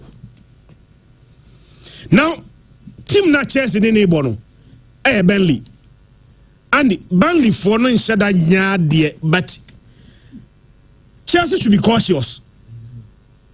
The entire also Chelsea cautious and say Burnley last game was against Crystal Palace and Ubakaya they came from a 2-0 down. Ebe say Crystal Palace ekamiensa ema Crystal Palace etie kanemu mienu. So from a 2-0 down they won 3-2 against Crystal Palace. Nemono right after that game no in the FA Cup I think it's the 4th run. Ena omokoba against Mansfield Town. Ena Mansfield Town ebe show omo yi omo efri mu a omo show by 2-1. And before that now West Ham ashomu 2-0. Before that, na Sunderland as a Burnley ekabiensa Burnley entimi entiye. But usha omo form na any the way omo bona Chelsea cannot underrate them because the same Burnley and then Liverpool ball 1-1. The same Burnley and on Manchester United able 2-2. The same Burnley and on the Tottenham Hotspur about 2-2. So even though they are not faring well, even though say one of the teams are and the likely some air relegation, their last game and the way they play against Spurs, the way they play against Liverpool, the way they played against Manchester United, no, and the Chelsea cannot underrate them. So here Premier League table no so I did not see any reason and anyhow say Burnley bet me escape relegation. Teams me no met me catch or say condemned to relegation, you know, and the Wolves any Burnley. Only say Wolves 10 points. The next team or no other 19 for no Burnley and the just 18 points. But say Burnley bet me free relegation zone more. And the West Ham 18 points. The gap between Burnley and West Ham how many points? 6 points. And this was sign West Ham now still on the relegation zone. So bet me for relegation zone and the also BTA team your friend in Nottingham Forest. Nottingham Forest 27 points. The gap between Burnley and Nottingham Forest and the 9 points. And now they bet me BT Nottingham Forest escape relegation. So Burnley there, with 12 games to go, say the teams are condemned to relegation and the Burnley eka home. The essay motivated Chelsea. They say the last 9 years in and now they are team a friend in Burnley, a team Chelsea. The last 9 years, say Burnley and Chelsea here and the now they are team a friend Burnley, a team Chelsea. And Medica can't you know. The next motivation is that they must win and expect Manchester United to drop points. So United dropping points Chelsea move straight into the top 4. Andy, we are Ghana Nina Utiemia, we are footballer. Suadie. Only say Chelsea new manager the Bayern. Chelsea ball game every 3 days. Since I'm appointing Liam Roseniano. Chelsea able game every single 3 days. Etuti Kromwa now say 4 games, 5 games, you know, ultimately more 2 games in Twaso and ultimately more midweek matches. Your dream is to play for Chelsea one day. Sa Chelsea now no. One day, Abia, your dreams may come true. And it's a dream the bam. Na Chelsea assign every 3 days biano ubo game. And you had there was say I'm appointing a new coach, you know. Yeah. 31st January, they played against West Ham. They won 3-2. And the 31st January, 3 days later, there, 3rd February. Yeah. And at Chelsea, any Arsenal ball FA Cup. Arsenal share Chelsea 1-0. And the 1st February, 3rd February, no, 3 days later, and quite 4 days. And on Bobo next game 7th February. And at Chelsea share Wolves by 3-1. And the on 7th February we no. 3 days later 10th February no. And at Chelsea bought the FA Cup against Hull City. And at Chelsea so share Omekana no. The advantage for Chelsea they say Hull City we no. Say FA Cup. Chelsea bought Friday. And a midweek, you know, and they bought Champions League A playoff, no. Chelsea are more playoff. And the Chelsea enya more than 11 days to prepare for this game. Because the last time a Chelsea ball game, you know, 10th, and a Chelsea ball game, and and 22nd. Yeah, 22nd. So 12 days later, and after a Chelsea about the next game. So for a team now a ball game every 3 days biano, and enough rest, enough preparation, one of the weakest team in the Premier League, and I do not expect anything less from Chelsea. Say, "Omet me a winning game we." Adia, a Chelsea for you say their last game in the Premier League came against Leeds United, and you back here, Chelsea echo 2-0 up against Leeds United, a game Chelsea dominated, about 66% of ball possession. Chelsea enya 20 shots in that game, enya 4 shots on target. And at Chelsea, I say 2-0. But a game, no, not from a 2-0 up. Not Leeds United, I better take about 8-2-2. And the other one say Leeds United, I say 2 goals from their 2 shots on target. Leeds able 2 shots on target. but say 2 shot on target no Leeds edi say 2 goals ebete take edi Chelsea ebo 2-2 Andy we Premier League game na ebo na ya bo how many matches 26 matches onum say Burnley lose 16 of them 16 out of 26 16 out of 26 Fedo to nchen upe teams wa concede more goals in the Premier League now, and the same Burnley wa concede 51 goals in the Premier League. There is no team concede more goals than a team your friend Burnley, and for Chelsea to play against them, Chelsea able to and I do not expect any win. Chelsea should have a very comfortable win. So Manchester United head of the points Chelsea bet me take advantage. Na anya hwe kra no top 4 there Chelsea bet me abobi. Sa game na Chelsea any Burnley no. Andy, I'm going for Chelsea 3 Burnley 1. 3-1 for Chelsea. Yeah, and I'm Chelsea bet 3. But meaning say Burnley bet go kra there minim. But I do not even see them say obenye go against Chelsea, especially when Chelsea is playing at home. But the caution is that the last time a Chelsea bought here a team Kitwa Bisano was against Leeds United. Chelsea blew away a 2-goal up. Emma gave the pie draw. And they should learn lesson from that and make sure that against Burnley there, and they should have a very, very comfortable win and score at least 3 goals in that game.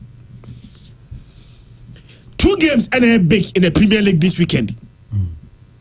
Bako Basune, Man City, and in Newcastle neighbor. And it sir Pep say so we need the 12 games in Waji League no. Sazuna Arsenal we need 11 games na kani na ono so Waji League no. But sir City we need the 12 games ni na e chesa Arsenal entimi we need 11 games na kani na. Because of me no e game to play. Sir Arsenal we need the games 11 na kani na. E chesa Man City so entimi we need 11 games na akani nyina because one of them will be against Arsenal. Baby ababedru no. Arsenal destiny krano. City also destiny krano. Arsenal destiny ne say let me win 11 games na akani nyina and I will become a Premier League champion. City so the say if I want to win the league me 12 games na akano. Let me win all the 12 games. Let me make sure say me so metimi a Premier League champion. To be a destiny krano. And the man komana sesa kakra ne say enya draw na Arsenal ko boy last yina midweek na. E ka Arsenal en care about Man City o. Yeah. Man City betimi win the games akan nyina. But yet Arsenal ka be champion. But Arsenal drop a point in no. Say no. Say City winning the games na kani na Man City will become a champion of the Premier League. Now, there the can say City go against Newcastle. I know here Newcastle last game against Karabakh. Yeah, 6-1. And I'm going to say 6-1. A game where Anthony Gordon about 4 goals in that game. And I'm going to 6-1. Now, the last 2 meetings are Newcastle. Any Man City abono. Man City winning me nyina and all of them came in the EFL Cup. Obekaya na semi-final. Semi-final first leg St James. Man City show me come yenu a omantimi ante. And a second leg no eba so Etihad no Man City show mo by 3 goals to 1. So in the EFL Cup semi-final no City enya 5-1 aggregate over Newcastle advancing to the finals of the EFL Cup. Name up in the league. First leg na a course St James no. Newcastle eche Man City eche de come you Man City eche kanu bako. Unim say ndey Arsenal fo nyina support Newcastle. Now ochina no Man City fo nyina so akọ support Spurs for support wine.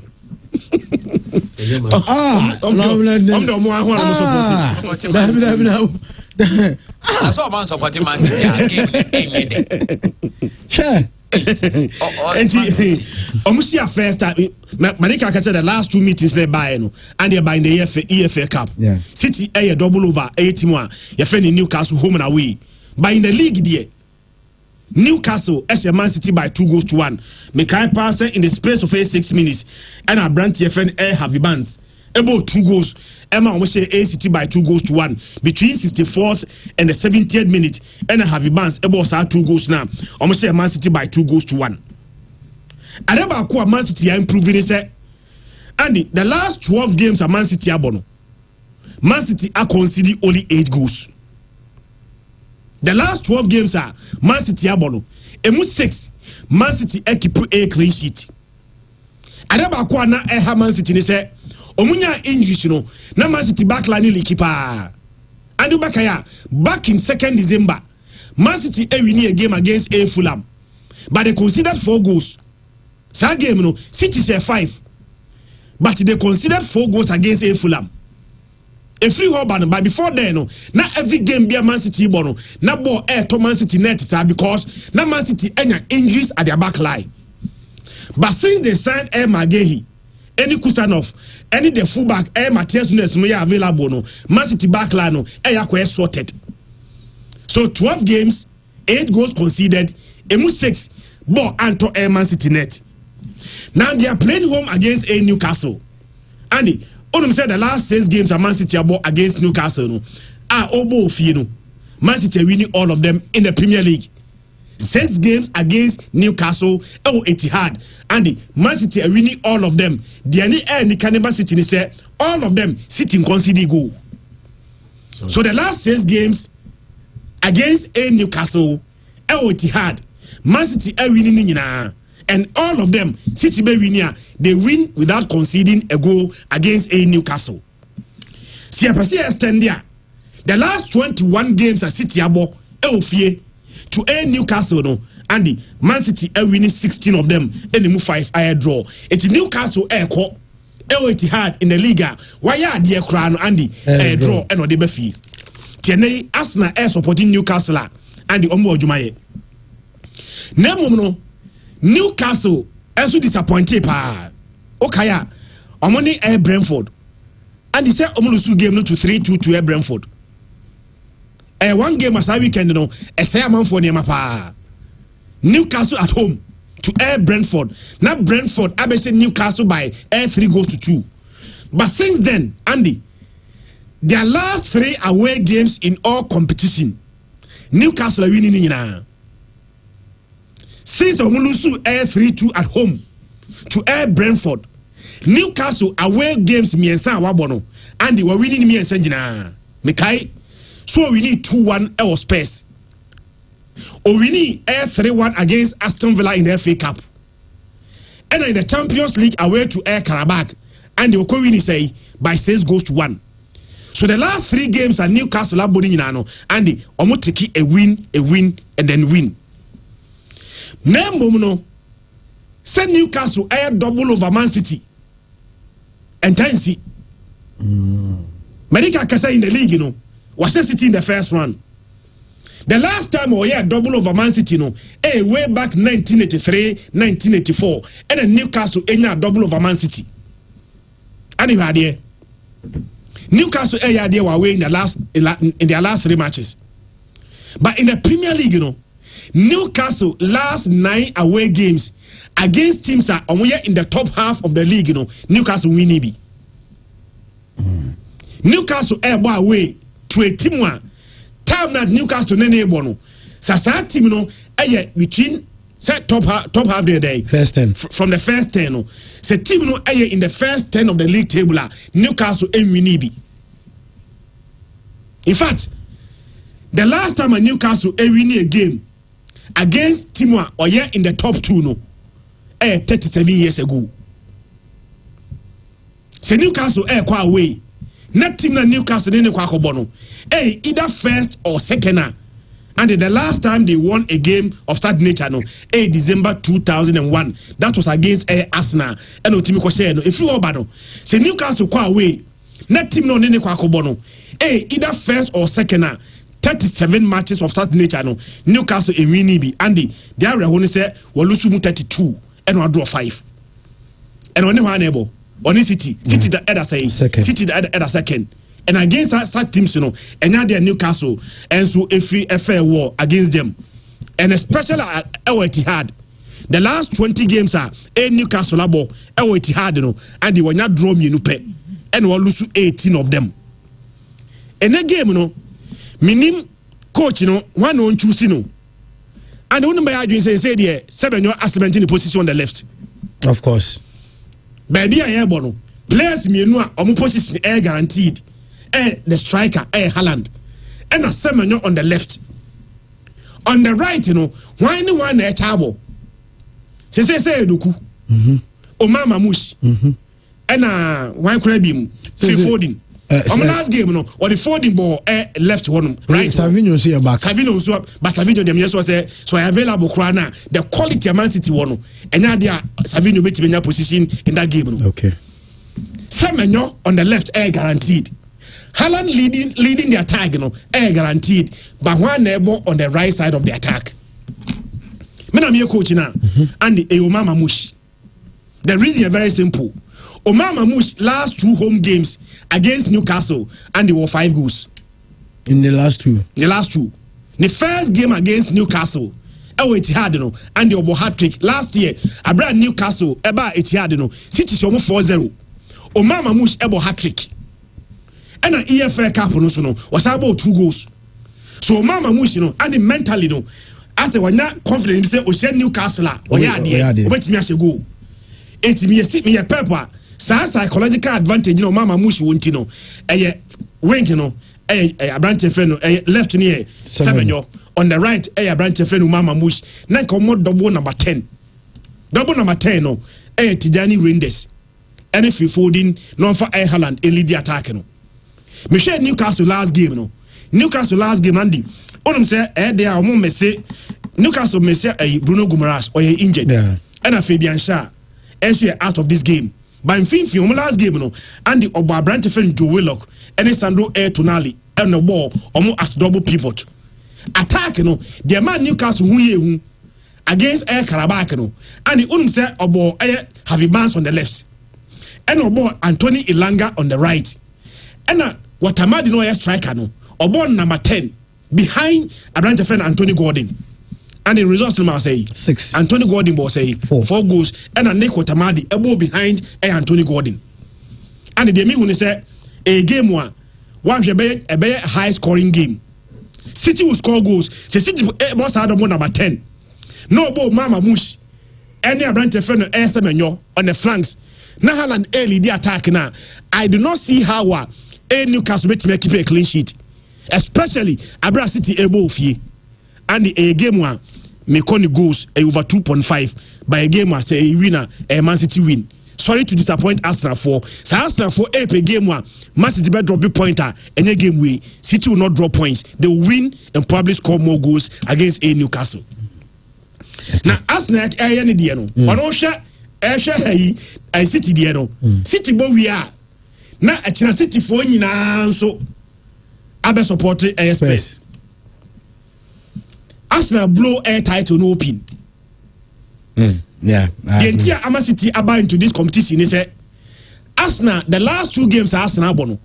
Arsenal dropping points in all of them. Arsenal has not been too good in this in year. The last 2 games. In this year, but they are limited to the last 2 games. The last 2 games, games Arsenal draw against Brentford. Arsenal 1-1. The Yapa was against A Wolves, the weakest team in the Premier League, and Arsenal in the board the last time. To worsen matters, Andy, Arsenal go 2-0 up. Yeah. Against Team Premier League ni nyina Messi they were consider goals pa in where Burnley 51. The next team were consider goals pa Wolves and the 50 goals. But team on say goal kra the team goals was extra pa Wolves. But that Wolves was able to come from a 2-0 down. Ebenya draw against Arsenal. That was a great disappointment. Till the next day Chamabiki because any mood in very high. Because our game need at all cost, especially when you were 2-0 up there. Now also making sure Andy when we are game now the 3 points in Befi. So Arsenal dropping 4 points in the last 2 games. So City we need the game back when I outstanding now. Then the gap between on the Arsenal standing there 7 and the close by 5. So City we need outstanding game now. A closer by say 2. He said matters, and that is why Arsenal cannot afford to be dropping points against Tottenham Hotspur. Yami had much now. There they can say two teams, have different ambitions. One is playing for the league. Arsenal want to win the league, yeah. Tottenham Hotspur, surprisingly, for the second consecutive year, is playing to avoid relegation. Are you not surprised? Arsenal are big. They are winning the league. Only say and Postecoglou, Spurs for former coach, or say Spurs in any big club. Yeah. Or say a camp big club now. Man, first Spurs in Cameroon because facilities need here. Facilities resemble team or a big club. But in terms of the way no operations near big club. Spurs in a big club. Because the last 2 years, Spurs has been fighting against air relegation. Only there.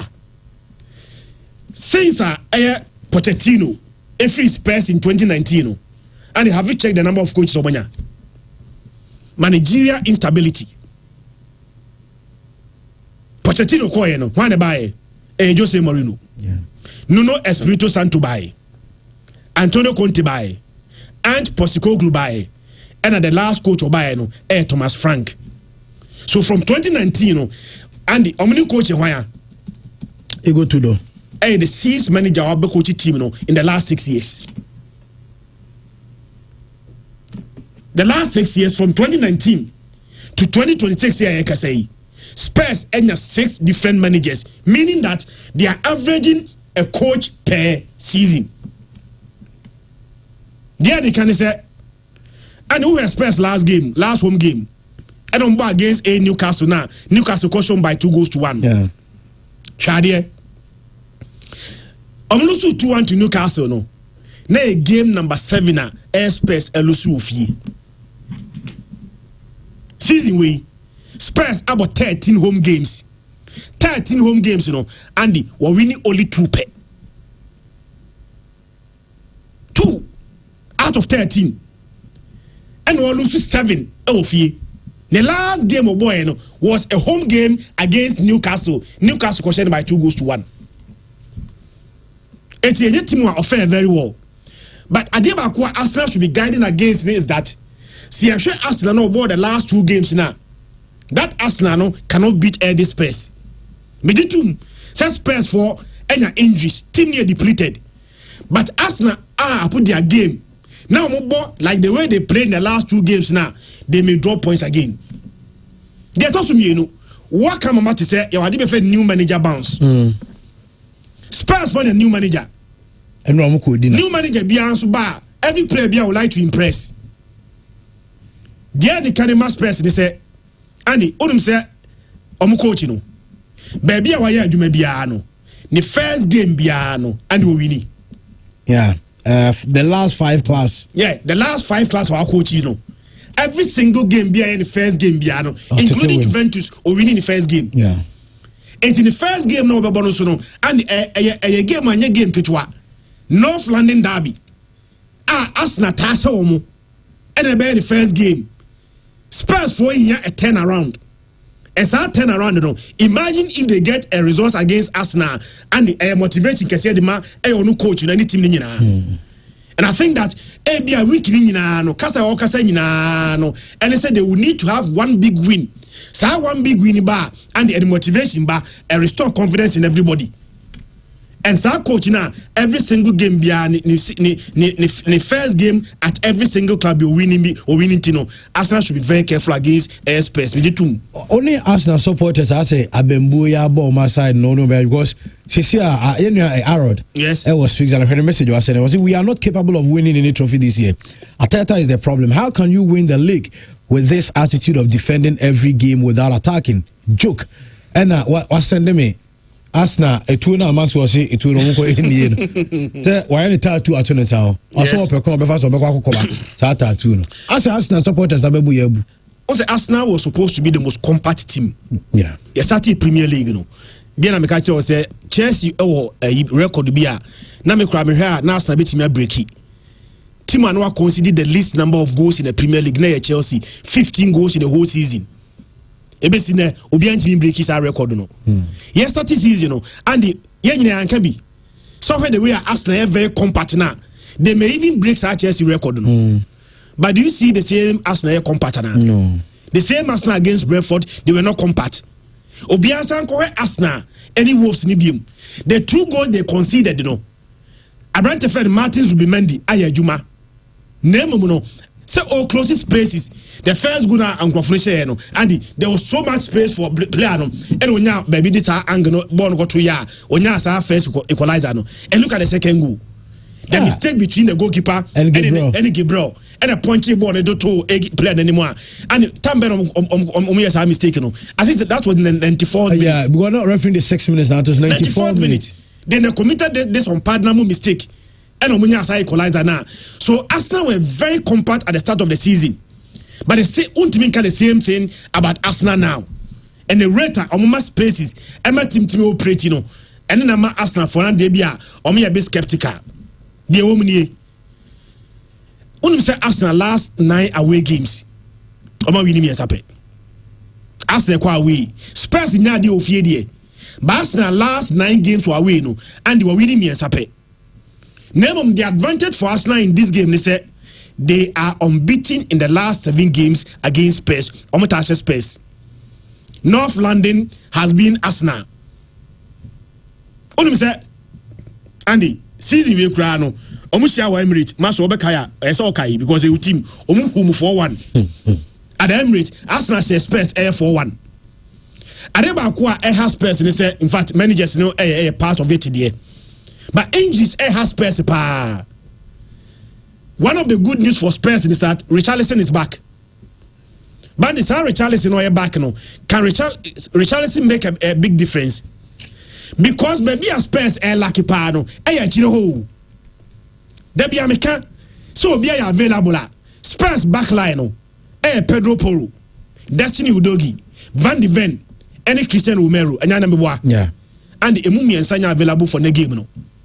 Christian Romero has a 4-game ban and then game extra game against Arsenal no second game or 7 the ban or 7 ban New Year I got 2 games as no or 7 ban their fullbacks Pedro Porro, any Destiny Udogi and the Omi injured. Spurs most creative players, James Madison, any Kudus, Omi injured. Kevin Danso, NCA injured. And I think that Arsenal should take advantage of Spurs were vulnerable at this position and beat Spurs. Spurs are vulnerable, they are conceding goals, Omoye players a prepara, Spurs in Yadi Ofie. Arsenal would need a win to turn around their fortunes. So Arsenal drop points against Spurs there. And then I'm DB. You see, your friend the fear of failure, catastrophophobia. Word na say catastrophophobia, okay. The fear of failure. So fear of failure no, and the amount taking risks. Yeah. You know that you are going to fail. It's amount taking risks, and in life there be a mass of cracker. So when taking risks, you don't succeed. Baby Arsenal Babe Bruno. Ayako said the fear of failure is just gripping into them. Now, players they see a kind of maybe all of them were not Arsenal players back in 2008. The to us back in 2008.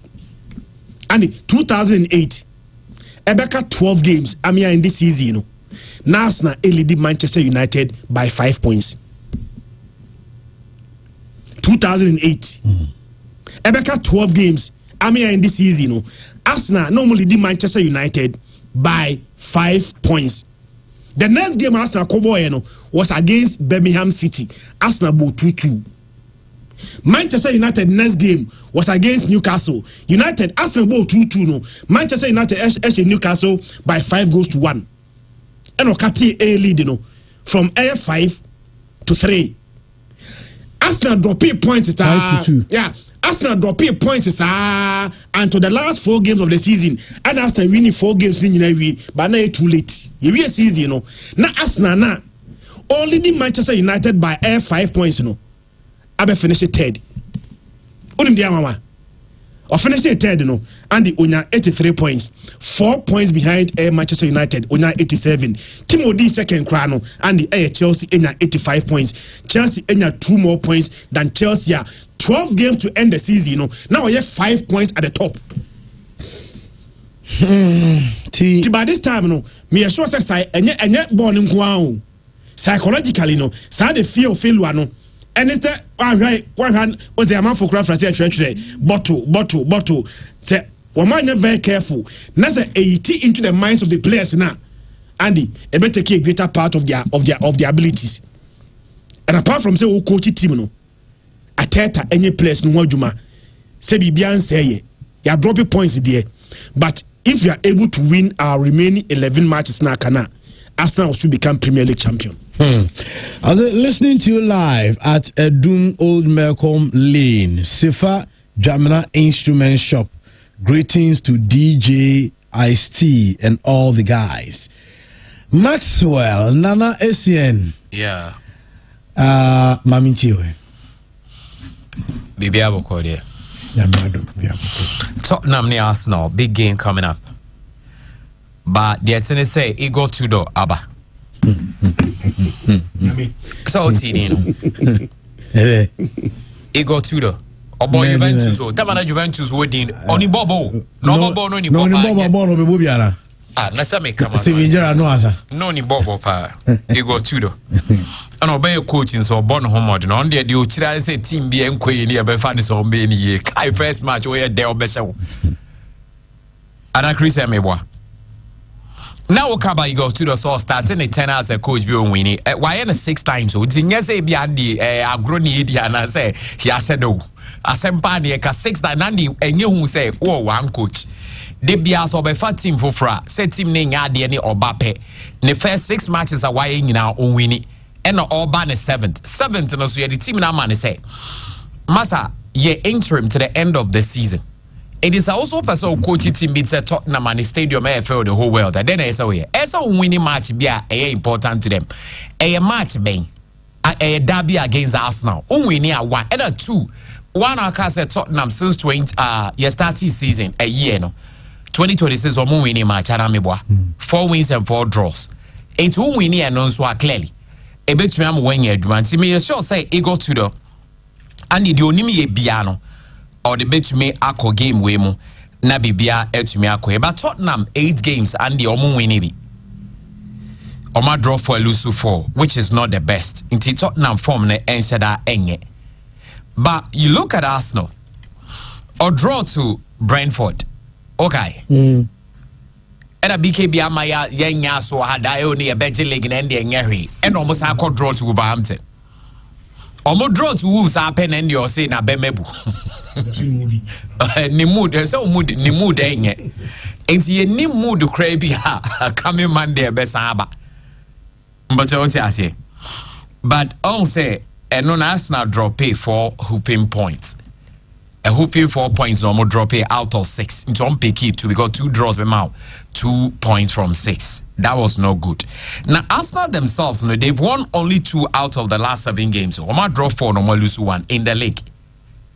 And the things are not adding up for Arsenal in the league. But of course, the good thing for Arsenal in this one is this. About London, there Arsenal, since you're more bossy things up. When the last 24 games of my boy London derbies, no, Omo winning 17, I draw 6. So Omo lose just 1 out of 24. And say, oh, share away London derbies in Kwanswa. Omo winning 14 and the end Omo draw 6. Omo lose just 1 out of 21.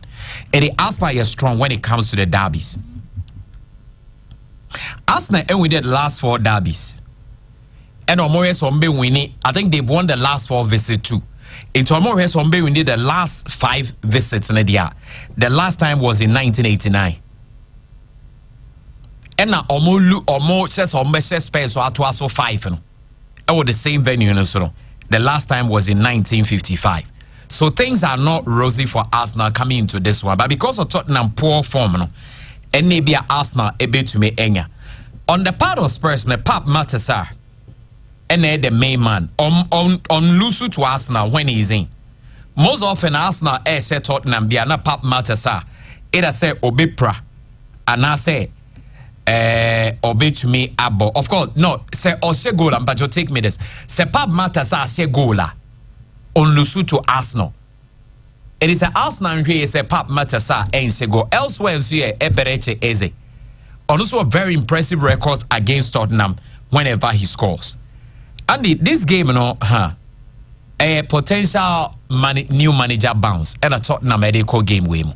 So Arsenal needs to be very careful. Both sides to score a clear indication. And over 2.5, so it to me a very, very attractive. Who to win this game? Their main predicted will be winning. Because it's going to be very, very, very difficult. But over 2 point, I mean, so over 2.5, both teams to score, so but it will be such a wine pan and Bessedia. Don't you see Spurs winning or getting a point? No, Arsenal are favorite to win this one, no doubt about that. But as they are Tottenham already come a new manager bounce. And maybe they might fight to a draw. And that will be a good start. But because manager we the first game Biano Eden on win, you know, send this shivers down the spine of Arsenal. It sends some shivers down their spine. Boy, I'm going to bro okay. Me say Andy Mbachoti me. Chris Mbachoti. I mean, Coach Bako. Coach Bako. Coach Bako. Nana is here. Coach Bako. Na manager or the first game bia with team of Befe Biancudi Juventus Munyano. 5 different teams. 5 different teams, no. On winning. And you're normal. And you're normal. Abnormal. Abnormal in the good sense.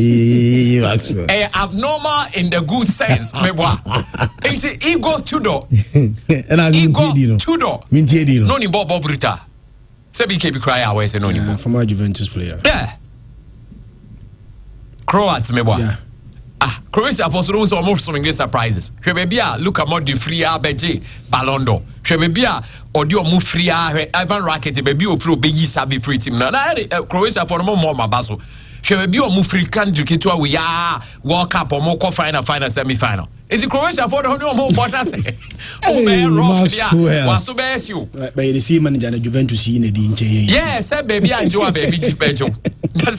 We Mikel Arteta and Arsenal say obi so omunyesio dam so kaso omunyesio so also say kompe bibia yan koma pam that dam say there is time for everything. Ain't Arsenal a favorite in this one, no doubt about it. But I think say with Ego Tudor on the sideline on the Arteta behwehwem and over 2.5 are likely both teams to score. What's the one be winning? Double chance Arsenal.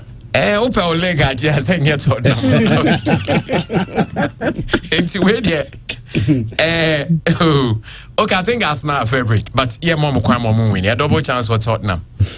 Yes, Ugo Tudor. I heard so I best show and then they are saying BBR, but George I say, and I say Tottenham Arsenal, the Arsenal forget it, you know. So, oh, there be they won't forget it. Say Tottenham to be Arsenal best say Lusubi. Oh, but Arsenal we need they will still come back. Arsenal are favorite in this one because of a record in recent and all that in the league. Anyhow, Tottenham are not doing so. Tottenham the you go to the if you go to the record then working now over 2.5 there both teams to score. That's what I say. But another one, Arsenal we are Arsenal next game. Chelsea. So the 2 games there, but a very difficult game for Arsenal. And I think that baby Chelsea the likely Arsenal may draw point. Because Chelsea were against top teams now. We had the power. But baby Arsenal beat me I guarantee so beat me 5 points no. A Spurs game no. So Arsenal are very careful not drop points in there against Spurs. Me to us at guarantee the 3 points against Chelsea. Yeah. Now Man City Newcastle City in Newcastle. I was a Chris Newcastle are on fire when they are playing against the top 2 teams in the league. Well, say be money top 2 teams in there, but they find it very difficult to win. And City are also in the top 2. Coupled with those records are one-sided. Christian the 2. But the one thing for Newcastle is the team was on the verge of collapse. But within a week, less than a week or so, within a week, only so more we need 3 away matches. Omasha Spurs, Tottenham Stadium. Omakoshe Karab, and here the Premier League. Omasha Karabakh, the Champions League. Andy, and Omasa Dampe Aston Villa out of the FA Cup. So they are on an incredible run Omod Edeko. But on a winless run in the Premier League, Chris and they stretch it to 37 games with City. Against the top two teams, they 37 games. Almost lose 32, normal draw 5. Yeah. And they are winless in 21 away against your friend saying City. And they clearly City a favorite in this one. The fact that City a person or moje leg na Arsenal a more lean way to really operate. I think the City will go all out in making sure that they are going to win this one. But we need their Phil Foden say Obenya 100-goal contribution. That's about 68 goals and 31 assists now. So in Yabako Kanwa Ebeko 100. Now I think City will help him to make that record. Then Anthony Gordon so has been very hot. On say he's been very hot. And now I can say in the Champions League player of the week. Player of the he was the player yes, of the week. yes. He's very hot, so he might also be the main man for them. But I would say City themselves, they are unbeaten in 12 at home. Mama winning 10 out draw 2. Well, and I said, share games but last 6 or more we know scoreline cry 22-2.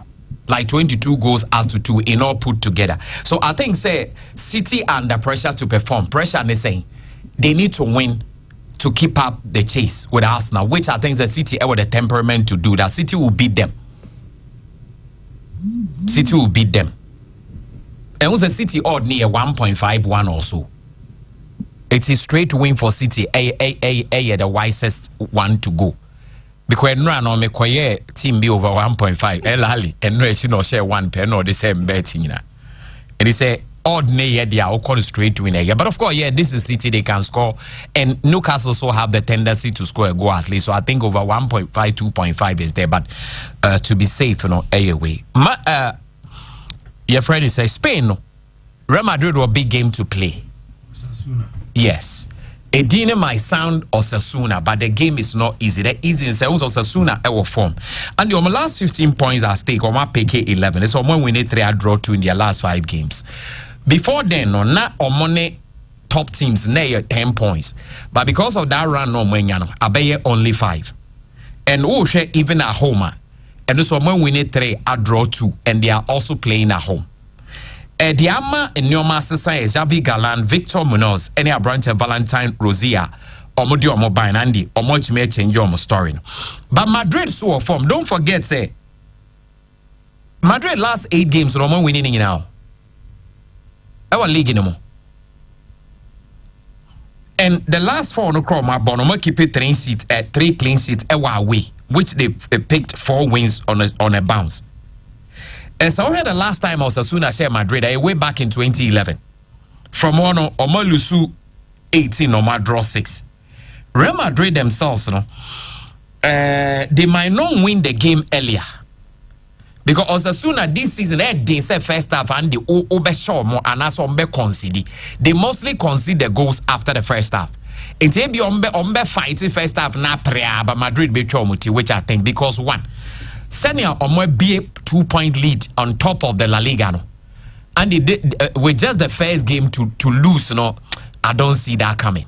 They might fight to want to keep it up. A big crowd as a sebi ombe lusu cry might go to the 3rd or the 4th or the 5th game in there. In Sandy and also despite Bibiano Sasuna ever form there, but I think say Real Madrid a bit to me ashomo. Ebiana goes now Cordoso, but Madrid will find a way, just like they did to Benfica. They will find a way to beat them now. Or more than also at the Atuas. Mirase Maxwell and Asian, Sir Christian, and so Wati Omunyanka. Young farmer on Insim, but to be sent a message, say, a quiet ye, Ananka, Almorum, and a Dasuyoku, Chadima, Manchester United, and Omungus, Elusulu Sumacha, and Kayadea. Manchester United Everton on Monday. Maybe I'm replying. So game there on Monday, so we can still discuss it on Monday morning. And sign on game. So are we there? Just a minute.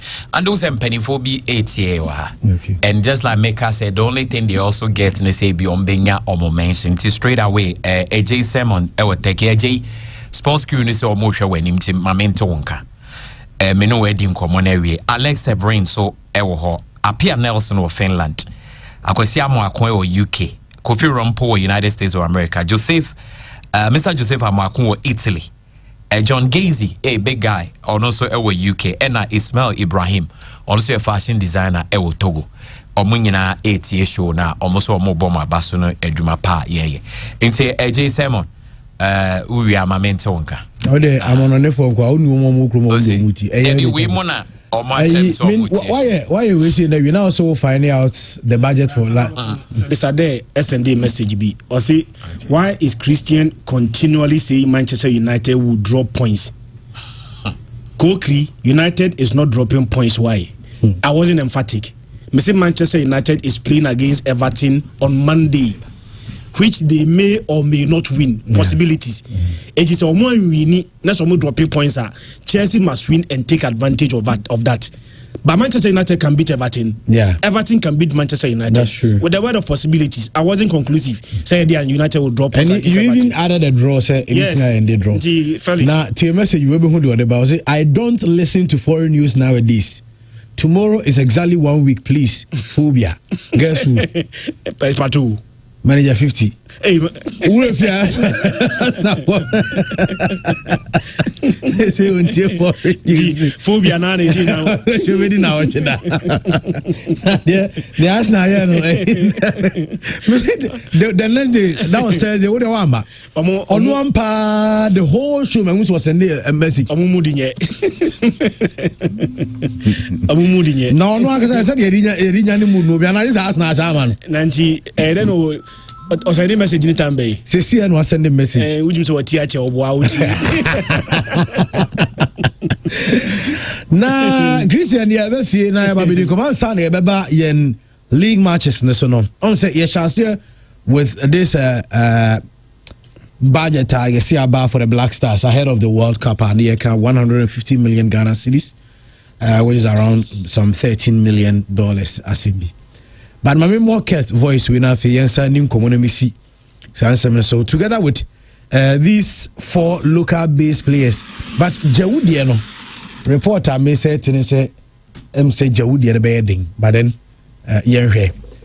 Cat Edwin Simokreku a Ghana Football Association president or say walk up a year kuri Unim say Ghana Black Stars every make every Ghanaian proud. Sometimes I ask myself that it is never a news item when the Black Stars do have one assistant coach. It's not a problem here in Ghana. But when you increase the number of assistant coaches from 1 to 2 or to 3, then it's big news. Why should that be okay? We will be very prepared for the commencement of the challenge on the 17th of June. I'm very, very positive that the Black Stars will give us a shot.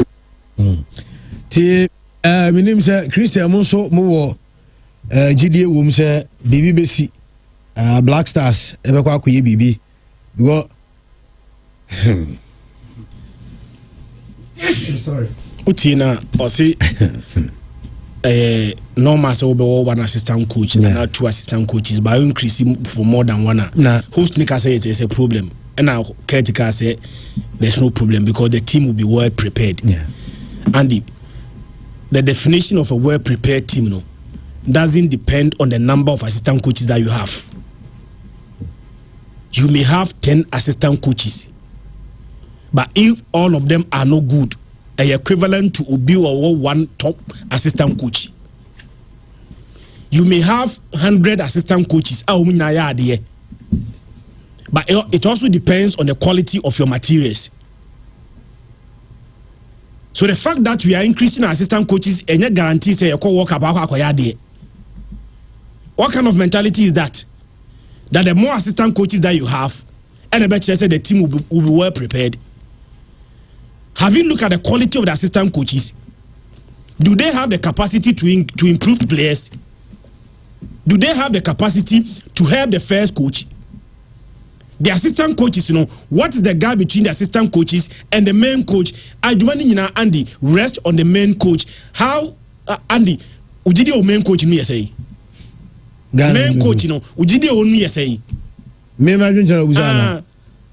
So we are now adding so many assistant coaches, thinking that the assistant coaches they battle. MMA team now are well prepared. Andy, let's pick 200 assistant coaches. If we cannot beat Spain, we cannot beat Spain. The number of assistant coaches here is not a guaranteed factor. Say England. It all comes down to the quality of the technical bench now. And then the quality of the players now. Ejina Park and Sono. Tidabia chairman BKB the other vim was to say we be England. Yada me hwani din am sin vim the free faba. Baby free. Because Andy, a back quality what park in so England be sine a back quality on the bench England be sine catch me. Who is the English national team coach? Thomas Tuchel. What are they comparing coach now? Andy is like ye gap. Then let's look at players na say na park na so bono. Now no me say Thomas Tuchel ka say players ni be especially one number 10. Some of them unfortunately some of them may not go to the World Cup. Player back one shot coach ni say he may not go to the World Cup no Fiscal. And if you fold in Ghana near Blasters no captain armband bono best start straight away. I coach no question Jude. I want Jude Bellingham Ghana near Andy and Kenny. We are not even questioning whether he will start or not. And guarantee starter. Blaster team they cry na Pata onye bi more.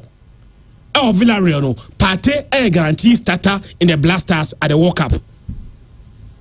But Mvim was right to the point that I said, okay, we have to be Ghanaian, we have to be optimistic. Say beti my idea. Bandi, see ye can quality nkwana a man resource. We have no quality more than the English, both on and off the pitch. So I part asema working. Serious because the interviewer Marcelino Bayer Nano. Yes. And Unim, he was me na nebimo anything, but I felt he was very honest. Sir, the Thomas party they knew him from Arsenal. It is not a party they are having. The party from Atletico Madrid to Arsenal, of course, the age is so catching up.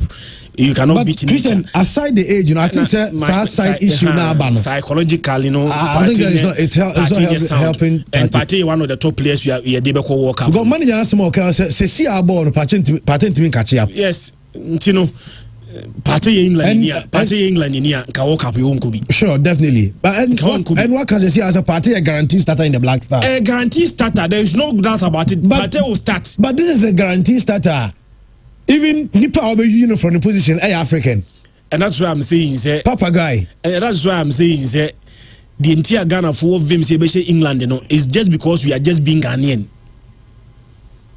But on a neutral point, be your neutral biana on your Ghana ni.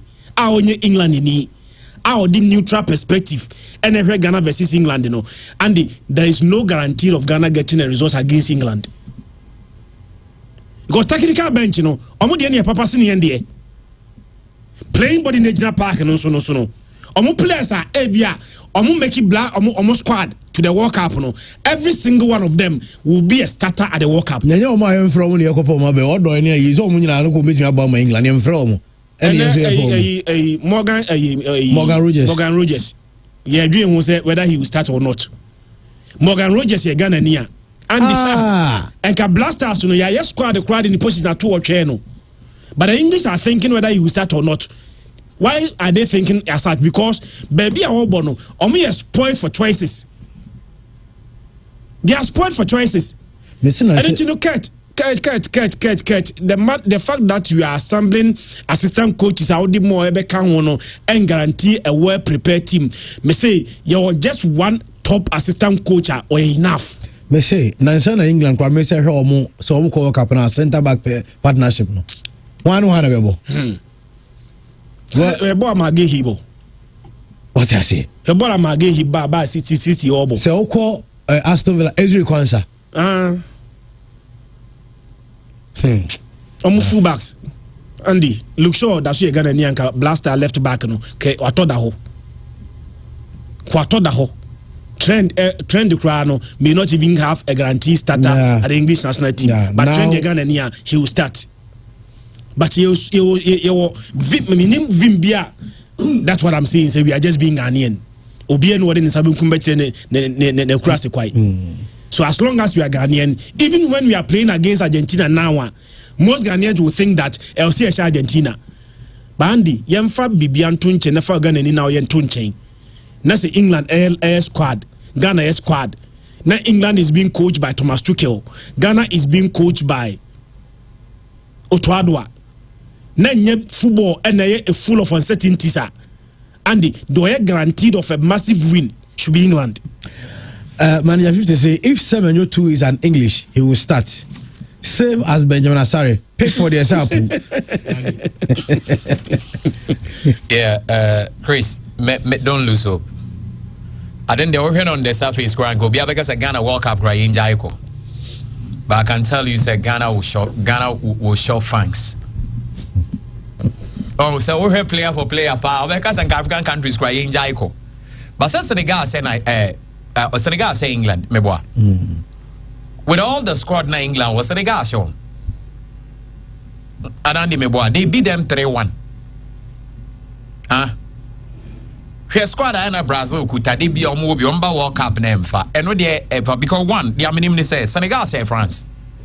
Senegal say France, not France were the almighties in the day Zidane. Of course, Zidane okay, is our World Cup. Only say now, if I'm right, the 4 in England, Italy, France, 3 now, not England, France, they could have the top scorers at the bad that World Cup. Thierry Henry. And they say, Cisse Adamebois. Yeah. Cisse. Jibril Cisse. Yeah. But what I say, now have France players say, Kahunina. Senegal show. Papa Bouba Diop, may he so rest in peace. El Hadji Hussein Diop, Khalilou Fadiga, Lamine Diatta, Okay Omar Daf, Ferdinand Koyi. Oh, Tony Silva imposed almost say France. Okay, Nigeria in 1998. Almost say Spain. Not almighty Raul Ejinem. Luis Enrique.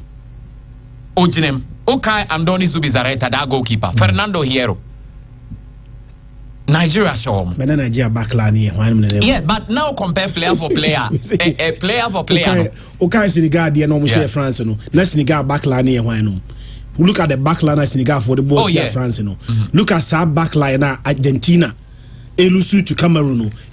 Cameroon for backline no. Yeah. Any team be African team be able to a great upset at the World Cup no. Now a strong backline. Yeah. Now Ghana backline no. Andy, we don't have a number 2, don't have a number 3. Let's be frank to ourselves. 1 away in 2 and 3. How you conference in me? Yeah, center back now. The best one, the best center back here one. Andy, elsewhere out of this World Cup. It might be a blessing in disguise. See a World Cup a center back Oseku for being the most iconic player. Honuka ko 2 pound kosheno. And 2 pound back pass. Back pass cause they share. Any day. The oboko to kobai. And na koto kunino benje born boy. Ain't media me max out say this is what I believe. Chances and opportunities. If only the Nipani are talented, I me max I'll give you a chance. Because obi kwa obi suye den eba. And in but also what master that make can say. So obi ko obi ba. When sisi ya hekasi ye kano kra. Controversial though, but it is true. Goalkeepers are Ghana they are World Cup in na. But what ya say? Usho olele. No ahebia fatao dauda. But you're a big mami. So and even AFCON no cry manaf guy no the guy nobody did Ghana for a friend says Pepe the boy back. Oh no, Spain. I think nobody real of here. So near then they call Equatorial Guinea. Or the keepers here they call all these tournaments in na. And then said I'm Fabia's out. Ushe goalkeeping pa ye boy ya boy na untumin kase ebia Ghana tournament ye ko the keeper we on Ghana after Samia Jamie Hubi. Olele was amazing in 2006. Tournament bay. 2006 World Cup. Oh yeah, then. Yeah. Oh yeah, then, Pacho. Yeah, Brazil for to train more that for more the more say boy. Brazil na me to train. What highlight we are my Ronaldo na onya 1v1 na. Ronaldo one that situation. You keep a na Ronaldo train. Is Barcelona mo highlight, Barcelona mo say mo Juan Garcia ya de. Bobo highlight but mo say says ni nya de me boa. Enti e bo highlight also ya wo de. Yeah, Brazil for to train more that from. Okay, na me hwe. Razak Brahima say na okay. Razak Brahima. Omo nyina na omo nya keepers even at Ziggy or call the other one. I say Korea. O dey keepers here dey akọ World Cup ni nyina. Me who single match e ka say sa game we. Eye Ghana keeper na equipe e o me hu bi. Even senior man Fatao Crowd Chi Ronaldo no mo say so sa ball na short na nye short. Ronaldo Kelly Bobby no so no sa opo no kai. Yeah, the way we na ko World Cup. Fatao do didn't sabin kum year Ronaldo no sa opo na don kai so no sa opo. Battle ball too very. No sa opo man don kai. No celebrity. No sa so asale so body bia. Na wo sa. Enti ye World Cups ne AFCON na yakọ in recent time senior man of foreign so meka ho. Why Richard?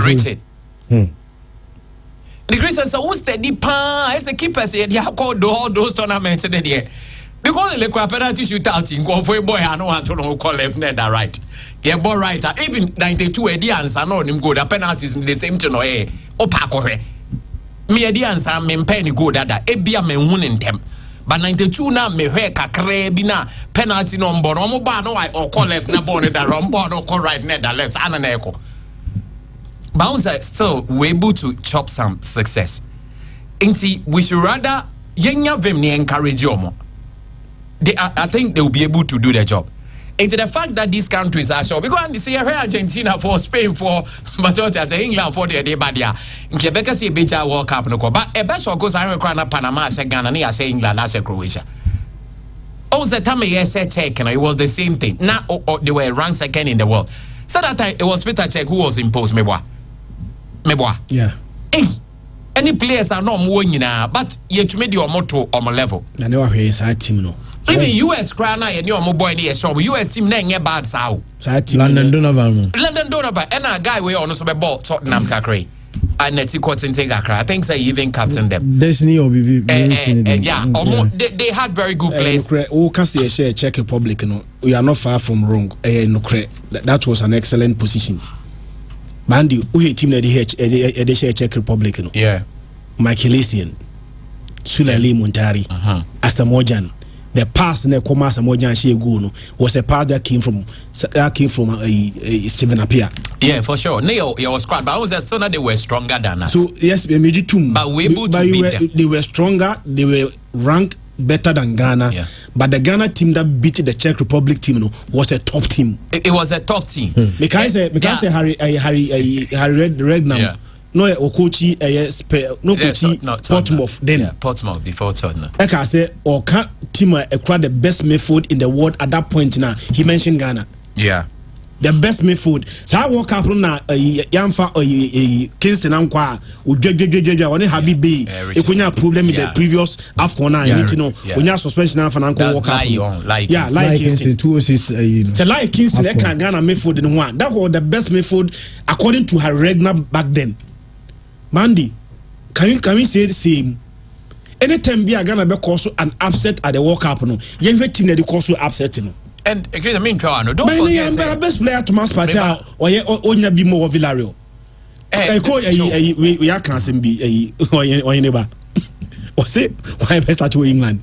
Benjamin Asari. No, it's not about the best at you. There be more than idea and the makers a World Cup Grand Prix. But what I'm saying is this: Morocco, Omo Portugal in frame. Player for player, each department. Morocco ni Portugal at that time. But Morocco team non far better. Player for player, Omo far better. They were no near Portugal. Player for player. Ronaldo nkwa kata almost. So they bubo players nidi. But so what you say? Into this World Cup ni aircon. Enye din ni aircon. Yekoyade e best of course local goalkeeper e be wie no na okobo Manchester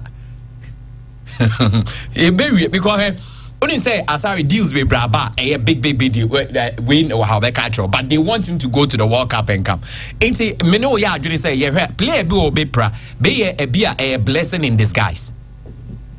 And in Pachoso, what I say, and Ghana, so we believe in surprise, so we'll go there to surprise people. Andy, on the issue of the budget, Kakrami, we're not Dalim. Yeah, Dalim Pumba. Yeah. In the year 2022, that was the last World Cup I acquired. That was in Qatar. Ghana budget for the World Cup was $14 million. It was $14 million. Near appearance fee, say. Now, target number, the target was semi-final. And the group stage alone was $8.1 million. That was in 2022, the last World Cup year. And currently, the budget for the World Cup 2026 after 4 years down the line is $13.7 million. But we know, who target team, no. So we're still working on it to get it. And he said, oh, sure. and you only $300,000 and that's a $300,000 difference. And now once this current budget it's so saying the previous budget by $300,000 difference. But what you say? I hope so. What you say? Yeah, Matthew. Good. Ain't you know budgets near the core worker the last one? Esoka crossing way, but still I see who details. But what I say, the details say what are we going to use the money for vividly? Be itemized way anyway. Any bit you who say there, you bet me be the asha, say bet me the asha. Me, I hope you understand. I still feel like we still can reduce it and it still can work out. It be a massive reduction, but we still can reduce it. But comparatively, so mujina 13.7 now. So you run around say 13 million as compared to 4 years 14 million there. To some extent, Obeka say it's a bit cool and it's a bit okay. But I still feel say we still can reduce it, Andy. Andy, and once in beer beam na Jamaica. My main can for the last time. Yeah, called the last World Cup no. Now you near the be a friend the sports fund. You increase the be a friend the sports fund. Sports fund set an act of parliament approve it. Ama beyemra. The sports fund is equivalent to the get fund. What most school buses donated by what get fund. Most school buildings donated by get fund. Get fund now you create say make cater for educational development and the Ghana for your home for papa. So having created the get fund, the sports fund, sports fund, accounts be a create you. Ghana for you this cake gum. The purpose of the fund is say you be develop the sports. You be develop sports there. The sector minister are generous. So no edin the bosu mimi no aketua kwakotum. I listen to the sports minister. Or encourage the other colleagues ni say omonso nya dey enye bi first kan kwoto dey the sports funding me sure say of sports associations, the GFA, the Olympic committee, National the Boston Authority obia should contribute into the sports fund, because ye debate one money the babaye money the babaye. So and the biggest opportunity yen say you creating sports fund no. We are going to the World Cup. World Cup no. We are not guaranteed say Ghana bet me qualify to the next stage. And you're guaranteed. We can or we may not. They are guaranteed is say Ghana be about 3 matches. So 3 matches na Ghana about the World Cup no. Andy, and you are guaranteed $10.5 million. $9 million as appearance fee. $1.5 million as preparation fee, preparation what money. And the identity say, we are going to spend 70% of it. 30% of the SASCANO should go into the sports fund. 70% the best spend there. The more na ye sikano, the more na day unsu benyabi. We are giving you 70% of Skabi Benyabia. So 70% of 100 million. Ebema say 70 million. But 70% of 200 million. Ebema 140 million. So if you want to earn more, then win more matches, advance and go further in the tournament. And remember who player no, wow ye management member, wow ye anything related to the team biano, you may be inspired. Say you have to go further, get more money. The more na unyesikano, then your percentage of it and the because in nominal terms. And the more na ye ko animu no, not the 30% na ye de to sports fund no, and also cost. But yenya Ghana is guaranteed $10.5 million, but we do not know as we speak now the percentage of it. Master audience emphasis say you say the bear 10% of it to sports fund. Can who say the baby? Jeka said just 10% to pay. All what we are hearing ntoma nkoma ye di nyina no how much we are going to spend money sika ye kwa spend it, but how much we are going to save from the World Cup no obia mo ho hwa. I'm reading message when you na memra enkuta jene eho na afi no yenchi de no so eko from Kokula was Andy. The intent for the sports fund is laudable, but the aftermath of raising the fund is the issue. As a country, we have a history of solid cash collection, but the disbursement has always been the problem. Hopefully, this will not end up at Public Accounts Committee like all others few years down the road. We free Ayakokulabi and our message we and Swabekao. Paul from Paul. Andy Casillas. Paul from Paul. Andrew Souzu.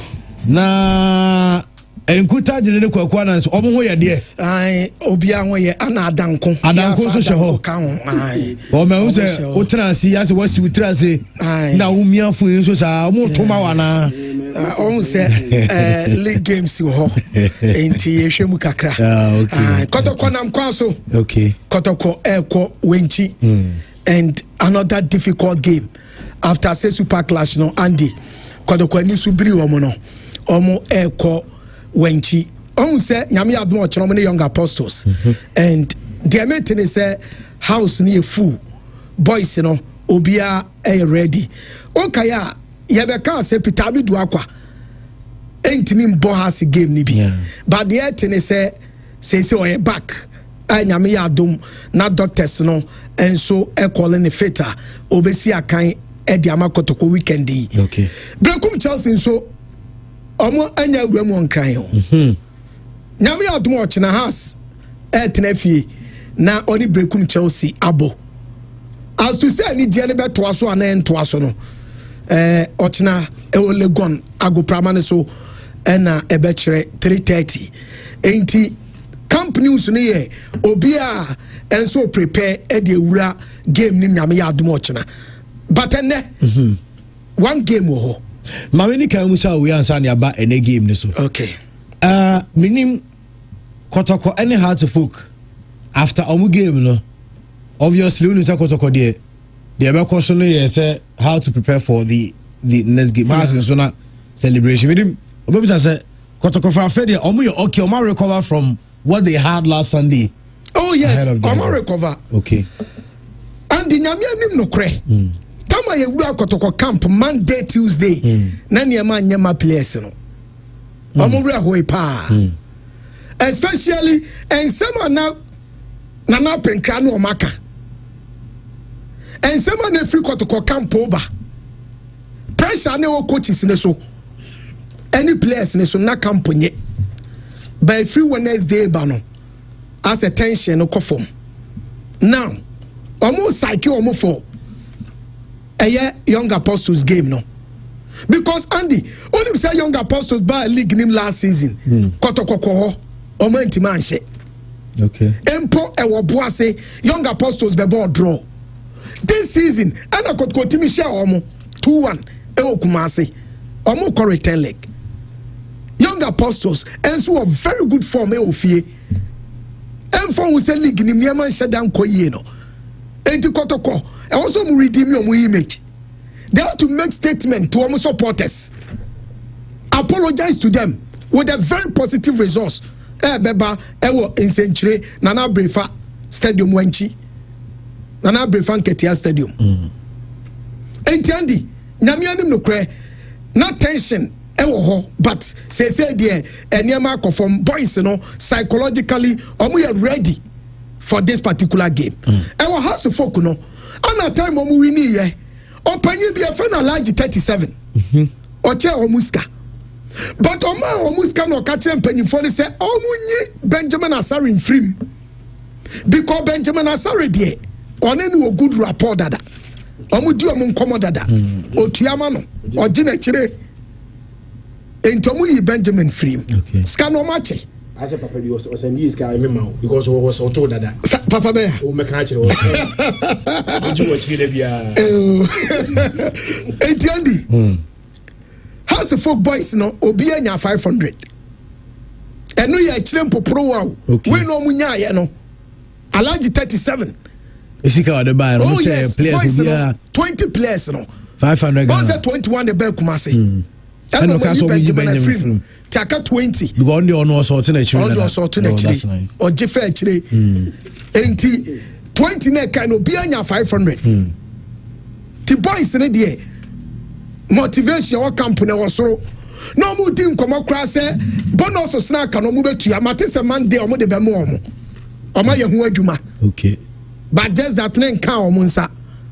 Eti nyame ya adoma has a folk bonus and no more 3 winning bonuses be a wom sa areas ni nyom be ye free ho nyame ya adoma Monday has place you wide. Oh yes Wednesday so mfa so no so timi winning no timi ba be she kotoko the biggest on the league calendar ne so Andy obe enjoy sa na be say with the red card. So was that from numerical disadvantage with a red card. Now we really 1-0. Check a time ago nearby. No more different day. With that positive attitude. All be show yeah. That energy be show yeah. Oh Baba Nyara Sports Stadium no. And one pro players no. Biaso do aje fe chire. On be dia fe chire sa. So enti house the energy or motivation or what company or soro. But what the weekend day.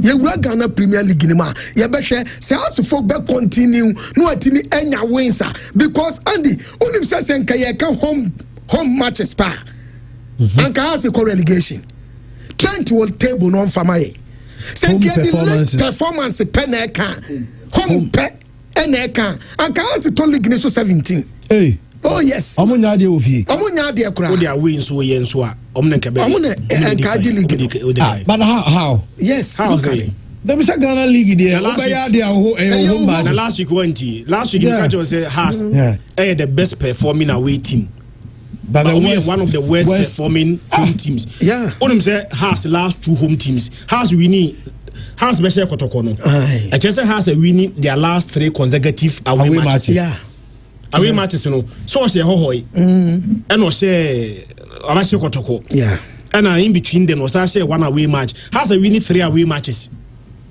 but in between those away matches no Andy has able 2 home matches I tried to 11-1 there so 3-0 share 11-1 11-1 there's 3-0 and no share abashe kotoko 1-0 and no share hohoi 3 the last 3 away games has abono has ashedi nyina and you had here all of them has winning a 2-0 2-0 1-0 3-0 1-0 clean sheet but in between those 3 matches na has winning wa we no has abom yenu ofia has and winning nyina against Dreams and against Bechem surprisingly all of them has and go has any Dreams was 0-0 has any Bechem about 0-0 anything or you buy picture back on the free so ebisa no wasem bebi efri aba ewi aba it is all the home and a league table na bia has da 17 they are not playing so well at home they are not and the worst of it is that she has folk about 10 matches of 10 matches now has abono and they scored 6 goals in 10 matches ofie baby a first but now has the league you know especially when teams now bought league, you know, most of them were in that region, you know. But about 3 teams no more Accra. Now other 3 teams be almost any Accra now. Baby one any too far away from Accra. Some teams, you know, has better points a few in now. Man, they are there now about 10 matches with you. How situation I say Tottenham Hotspur there now. Tottenham Hotspur seem to be playing well away. But obefia me dey me yakura ne say 10 home matches na house abono how supporters e be hu goal and the 6 goals per in 10 matches yaje tum say season way baby a house ahun ode one pie house a chire honum omo the best away team no house and asaya the best defensive team in the Ghana Premier League Bandi in all matches no go don be sheti akotoko no Ekanwa has actually only 16 goals in the Ghana Premier League. 16 goals. 16 goals, you know. Emu 6 and if had here. So has actually 16 goals. Next was 6 ofia. I just say Osha goals were away more than so both. Asha 10 goals were away. Has I said 10 of their 16 goals were away. But Fiena, I also think has a dominating. Has actually only 6 goals when they play at the Accra Sports Stadium. And I know I'm catching the say has a new league now. Baby has a fairly so many league, is home matches. Oma fail to take advantage of. So, and I want to be, do you blame them? Yeah. First part no say has the both here. Who say has the both here? The mama say has the both here. Say the atmosphere the mama say has the both here. Supporters. But the team be about Oboboa. It said the Obo normal game because there's no crowd, there's no supporters. There's no supporters. So Adianama has win. Adianama kotoko win. When they play at home, the atmosphere and then the quality of the players in Kwao. Samre na has quality there. Na kotoko quality there. But Kumasi Sports they don't fair the fast track. They didn't fast track. Supporters Randy Omrano and away team in Ura Park and so supporters no quite intimidating. But it says a betchim Babokotokwa.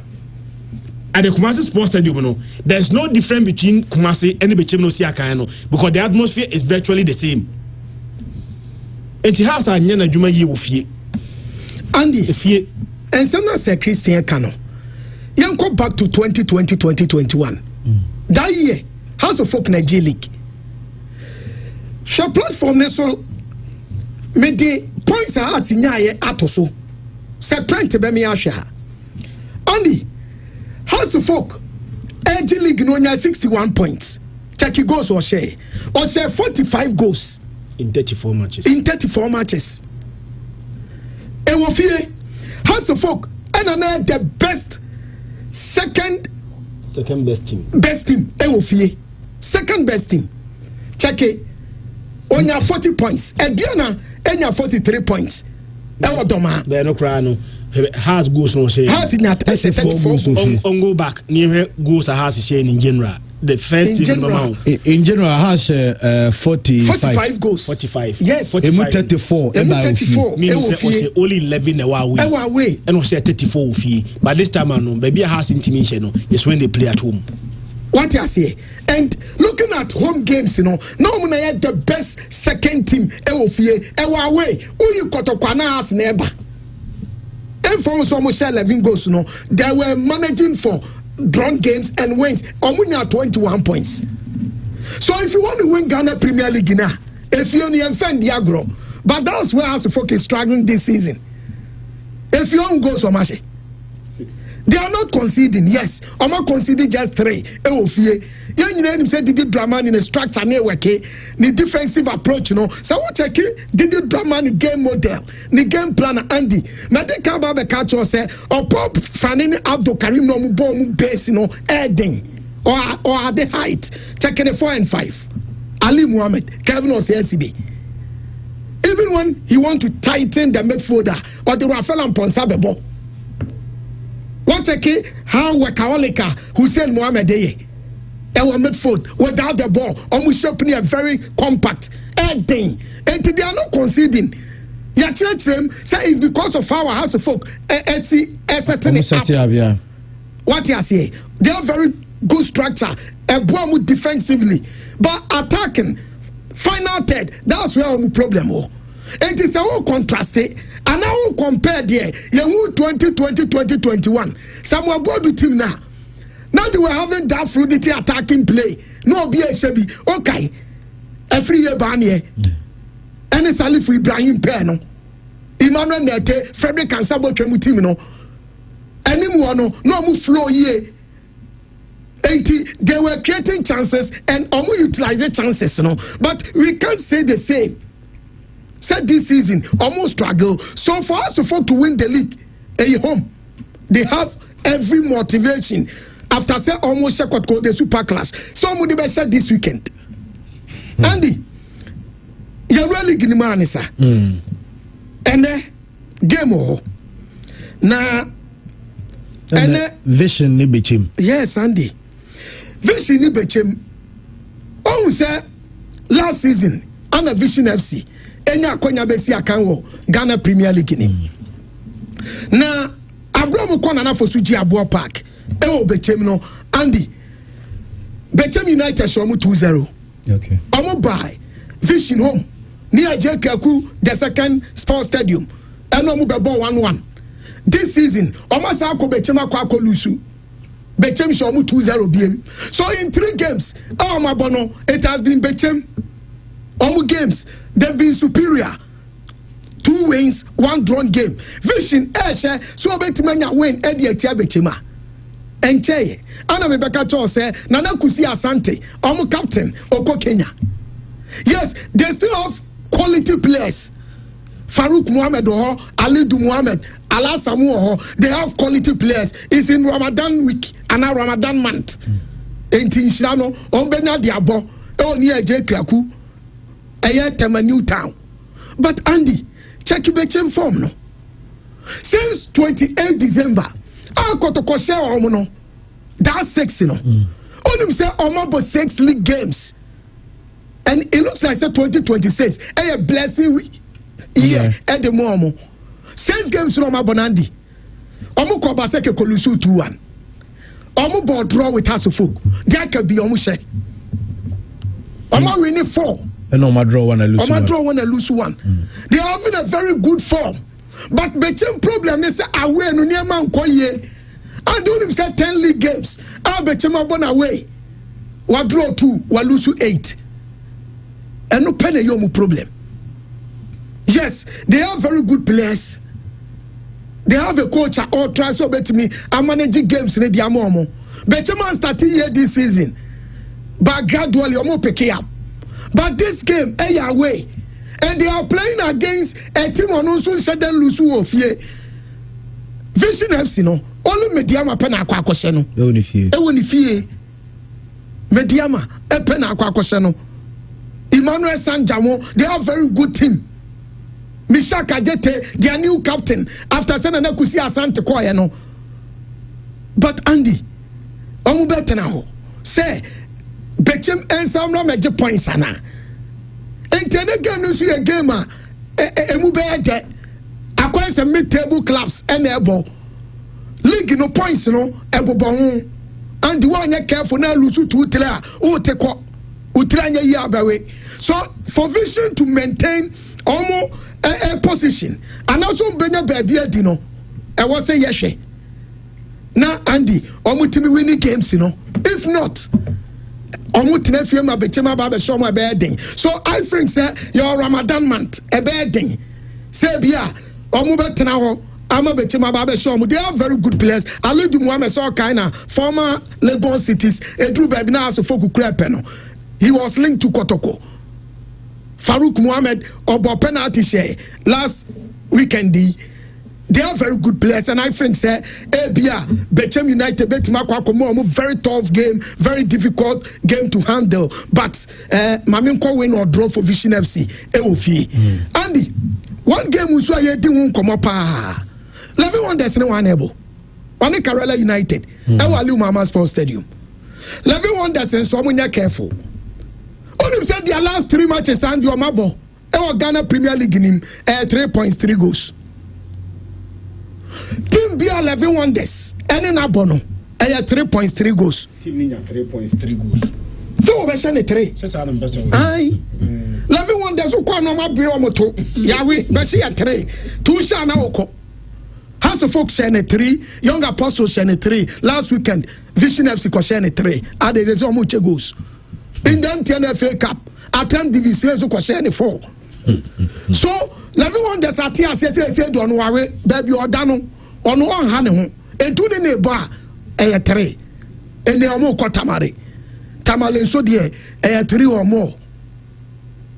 Kerala United this year, almost so try some bet to me, and a very good game. Andy, only say this year, a good year, the Kerala. After say Kerala 2-2 from Crosby, War Memorial Park, and one Zema. And do a Tamale no. No more struggle. Last year, almost a struggle. Last 2 years, almost struggle.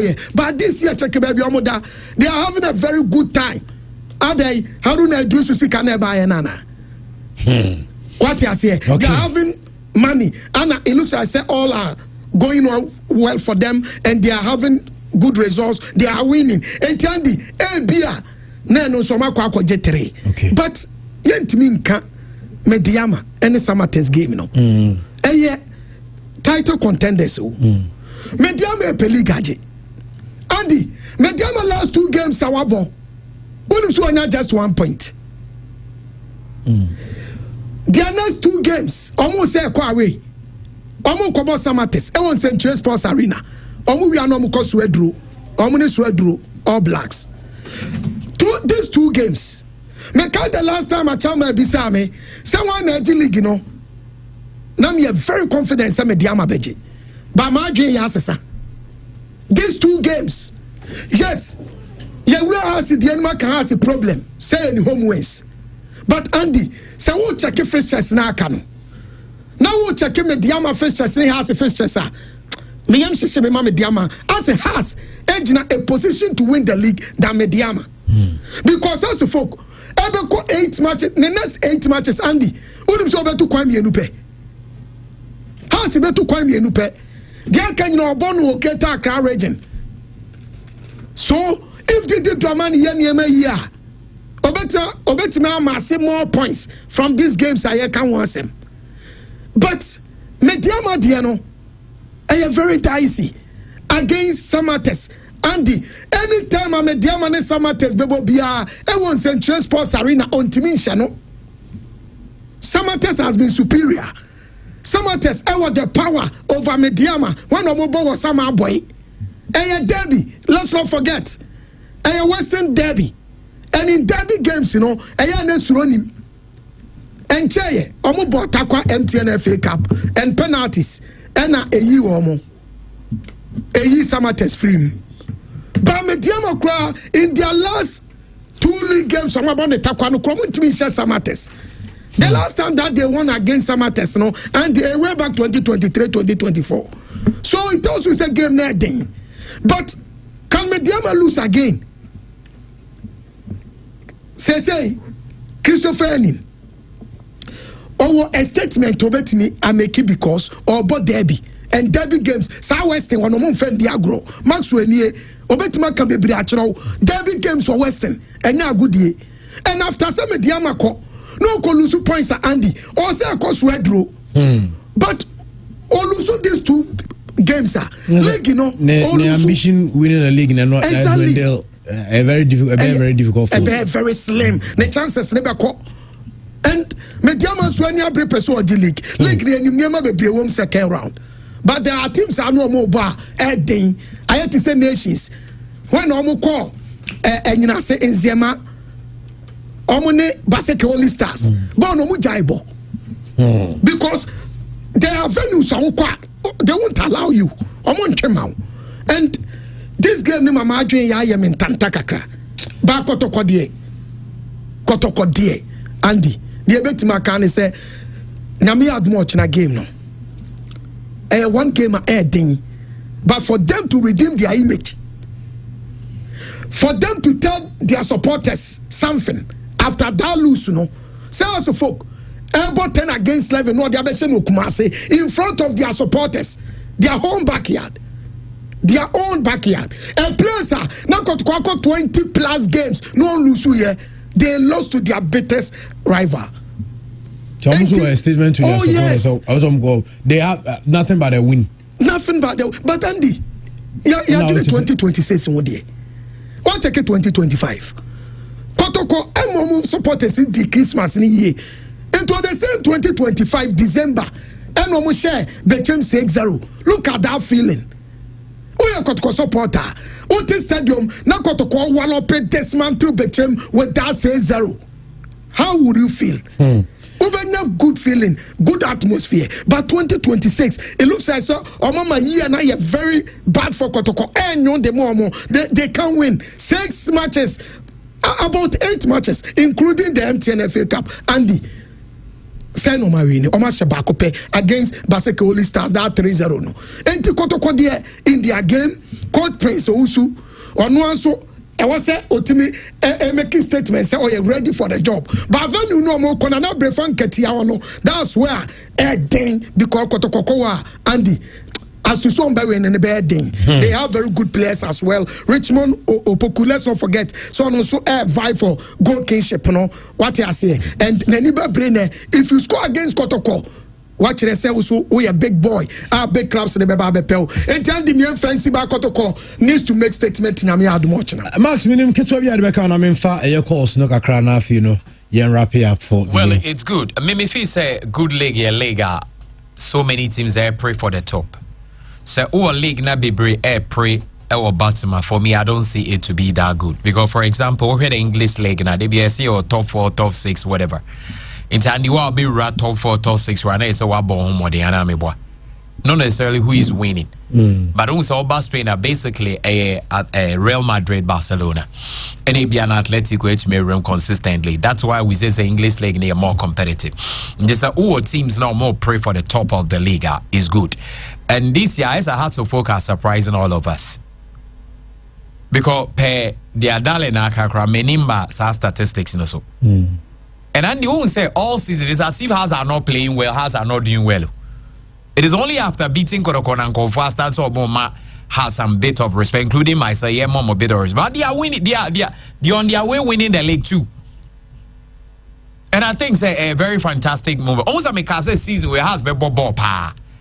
These Dramani their ball, but maybe a league no bench the end there. I can't tell for sure. And currently, I think it's working. Say Mediama air bem, Hearts air bem. I think Gold Stars are also in contention. Meboa. And a host of other teams say it makes the league very, very interesting. And I say yeah, the home stretch. League in the air the end anessa. Into this is the time I say team be but they do time where alliances say a ball. A beer they don't want us to come public, but your alliance right now base bim clubs know how money or more relates in the adina to me bim. And I think that has to make us proud this time. You make the whole Ghana pride, make themselves proud because it's been a very long time. But league way they so a media madia. Okay. Because no man or more person or more league way and they are not. So unless they decide say or more but if they decide say the person or your there, like meaning that they will want to win the league and go to Africa and use the stadium or Takwade Bonnie there, I think said they will go all out. But I think kudos to Phobia. They are doing a great job. Yeah. Nana also 2026 Mweninje. Oh, you're married. And I say any gen one is so creative any J. But what is our Masaki coach is this year? Say one coach. This season one coach. Coach say carries it on a buy and a prince abba. And a prince said man of the man obey to me. But Miss me here known to me yet. And Tian crown was on my permanent and a season 90. Obiaba and the Bachoaja say. Now Sadi we here. Season has how many coaches in our boss season? One. In say I didn't solve what happened. I tell you. Mami announcing my phone lines no na yenko enim obetin afrena how do adventure ready about numbers no 0240 929256 0240 929283 ofra now do adventure and so Eddie Abanafino yafa Eddie for but before that no happy birthday Eko Eddie Ama Monica Osei and your birthday on pure efficacy. We are wishing you a happy birthday. Monica, have a wonderful day today. Hello. Andy. Yes, sir. Good afternoon. Good afternoon. Nyamiadum. Oh, Nyamiase. Andy, remember my password, my pa, Muyama, Ghana money, Santimai. Wa mooding. I mean, I from Alaji, I make a free man pointing. Alaji into you. I not Andy, not can I say Andy, can I say Maxwell can't send me about Christian MBK argument about Morocco. And I'm say one of your panelists can say Morocco, ancient Morocco, place on the core World Cup. But also Morocco top keeper on Yasin Bonu. And then sometimes so not our players and do so our boss and big things, you know. But we say I can say Ghana team here. Even if players on with me more so little bit and say Semenyo. And see a coach need no couldn't mean GD anymore. And to me and find shame which say I think Inga the bit show more. That be Andy. But that's it. Yamisha no my power. Me so me that's pa be that's baby. Happy birthday, Kwadiama. Baby Zain. Lamb first fruit. Zain. We every o papa lamb o mame ekuya. Almost omo we show a happy birthday. Or your guy bruta. Zain. Oh, have we also Emma happy birthday. Zain. Hello. Hello. Yeah, Andy Kasia. Yes, sir. Umi abema kwa jopo kunia toast market mpabo pa. Kwa jopo 95.7 muni ya juma. Na kaka mwaka sa ofia manano kwa sera no krobia egu ya nyuma sera emwa benya si ewie ha ya se ndiaka nti nyina dia support because support to mo nti dia hia sa kyeranya nyame adoma mnante no be se omuni asembia ka because bona manano kwa sera na ya boy no ne nseko so that say ne nseko ya support to mo bona mo bore yan kana kranche ne prayers no e man wo form nti ya besre e kyerɛ dia omo nse so mo nse omo nka kromu ho omo nka o Andy Kasia omo nka omo makuma ase because ya match ya ese do you go to supporter mumie nyina so opporto na kotokonere e front to benche chadia ya must win for Krobia Andy Kasia Macron Mirase kwa jopoku ononsere de no na another birthday Kwadiama Miss Nina Anochi we procurement officer ewo JA Kofo Senior High School and Miss Nina Anochi happy birthday to you Miss Nina Anochi. Have a wonderful day today. 0240929256 0240929283 na also there so at me a day aba. Hello Chama, good morning. Yes sir, morning. We offense catch my masoation here as a folk on John Mundi sao What mood you mo from Kofi Mano mo Pacific Kenya say okay catch my masoation na kaso folk ni John Mundi one me say for much na we don't say my kind one bet na what sa chama to ma bodro watch na one bet na ta mo ma bodro na ya go to ko jibe wa never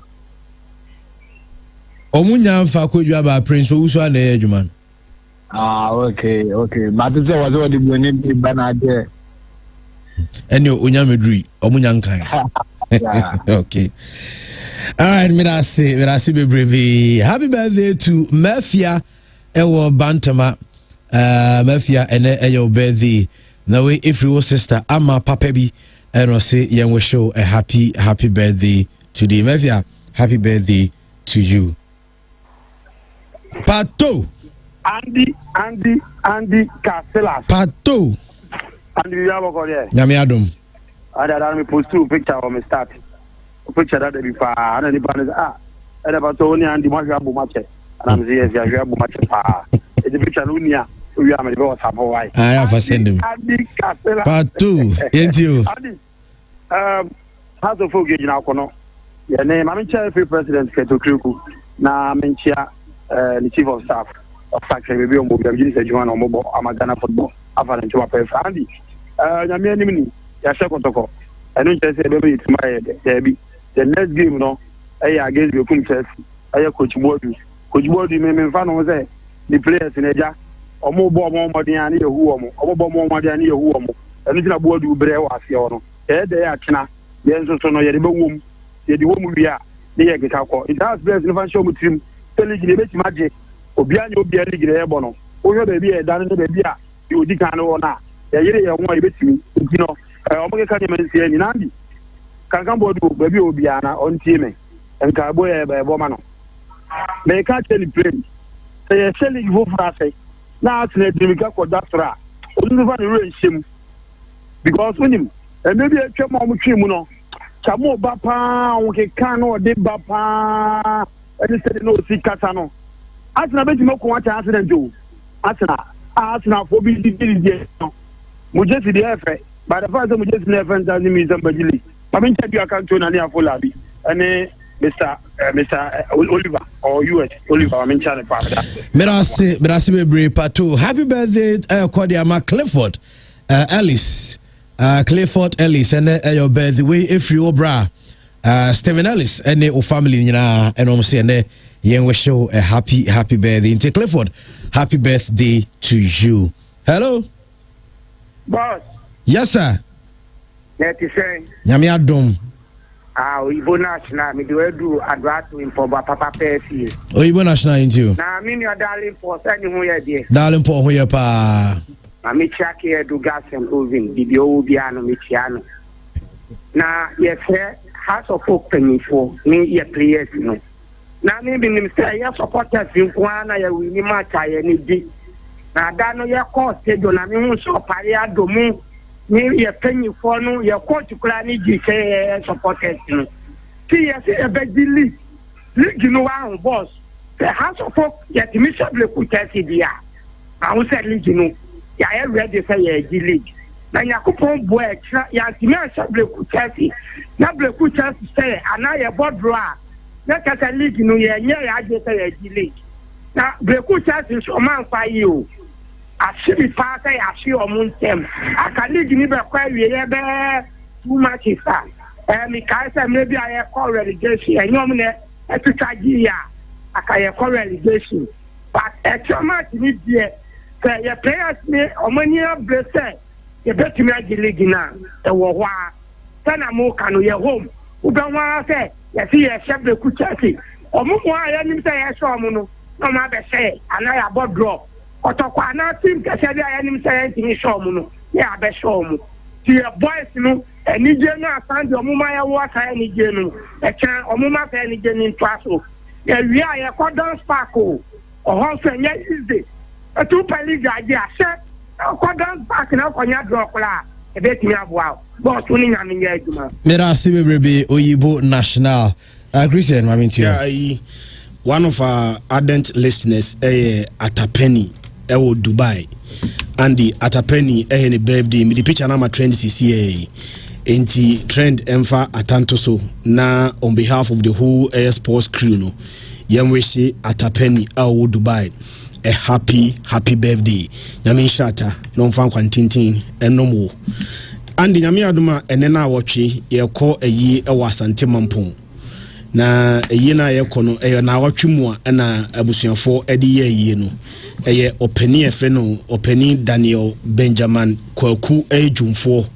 ena nyame atonsa afre opapa openi ntiname adoma mpanimfo ede na awatwe nyina na ye yi msa ade hye yi ena ye ntiamo de ne betumpam ewo house number 21 Your Street Dansuman ewo Tuesday ebrande ebe ye 24th February 2026 free anumre nonson ekosi anumre nundu we keep ni shada nche from 7 p.m.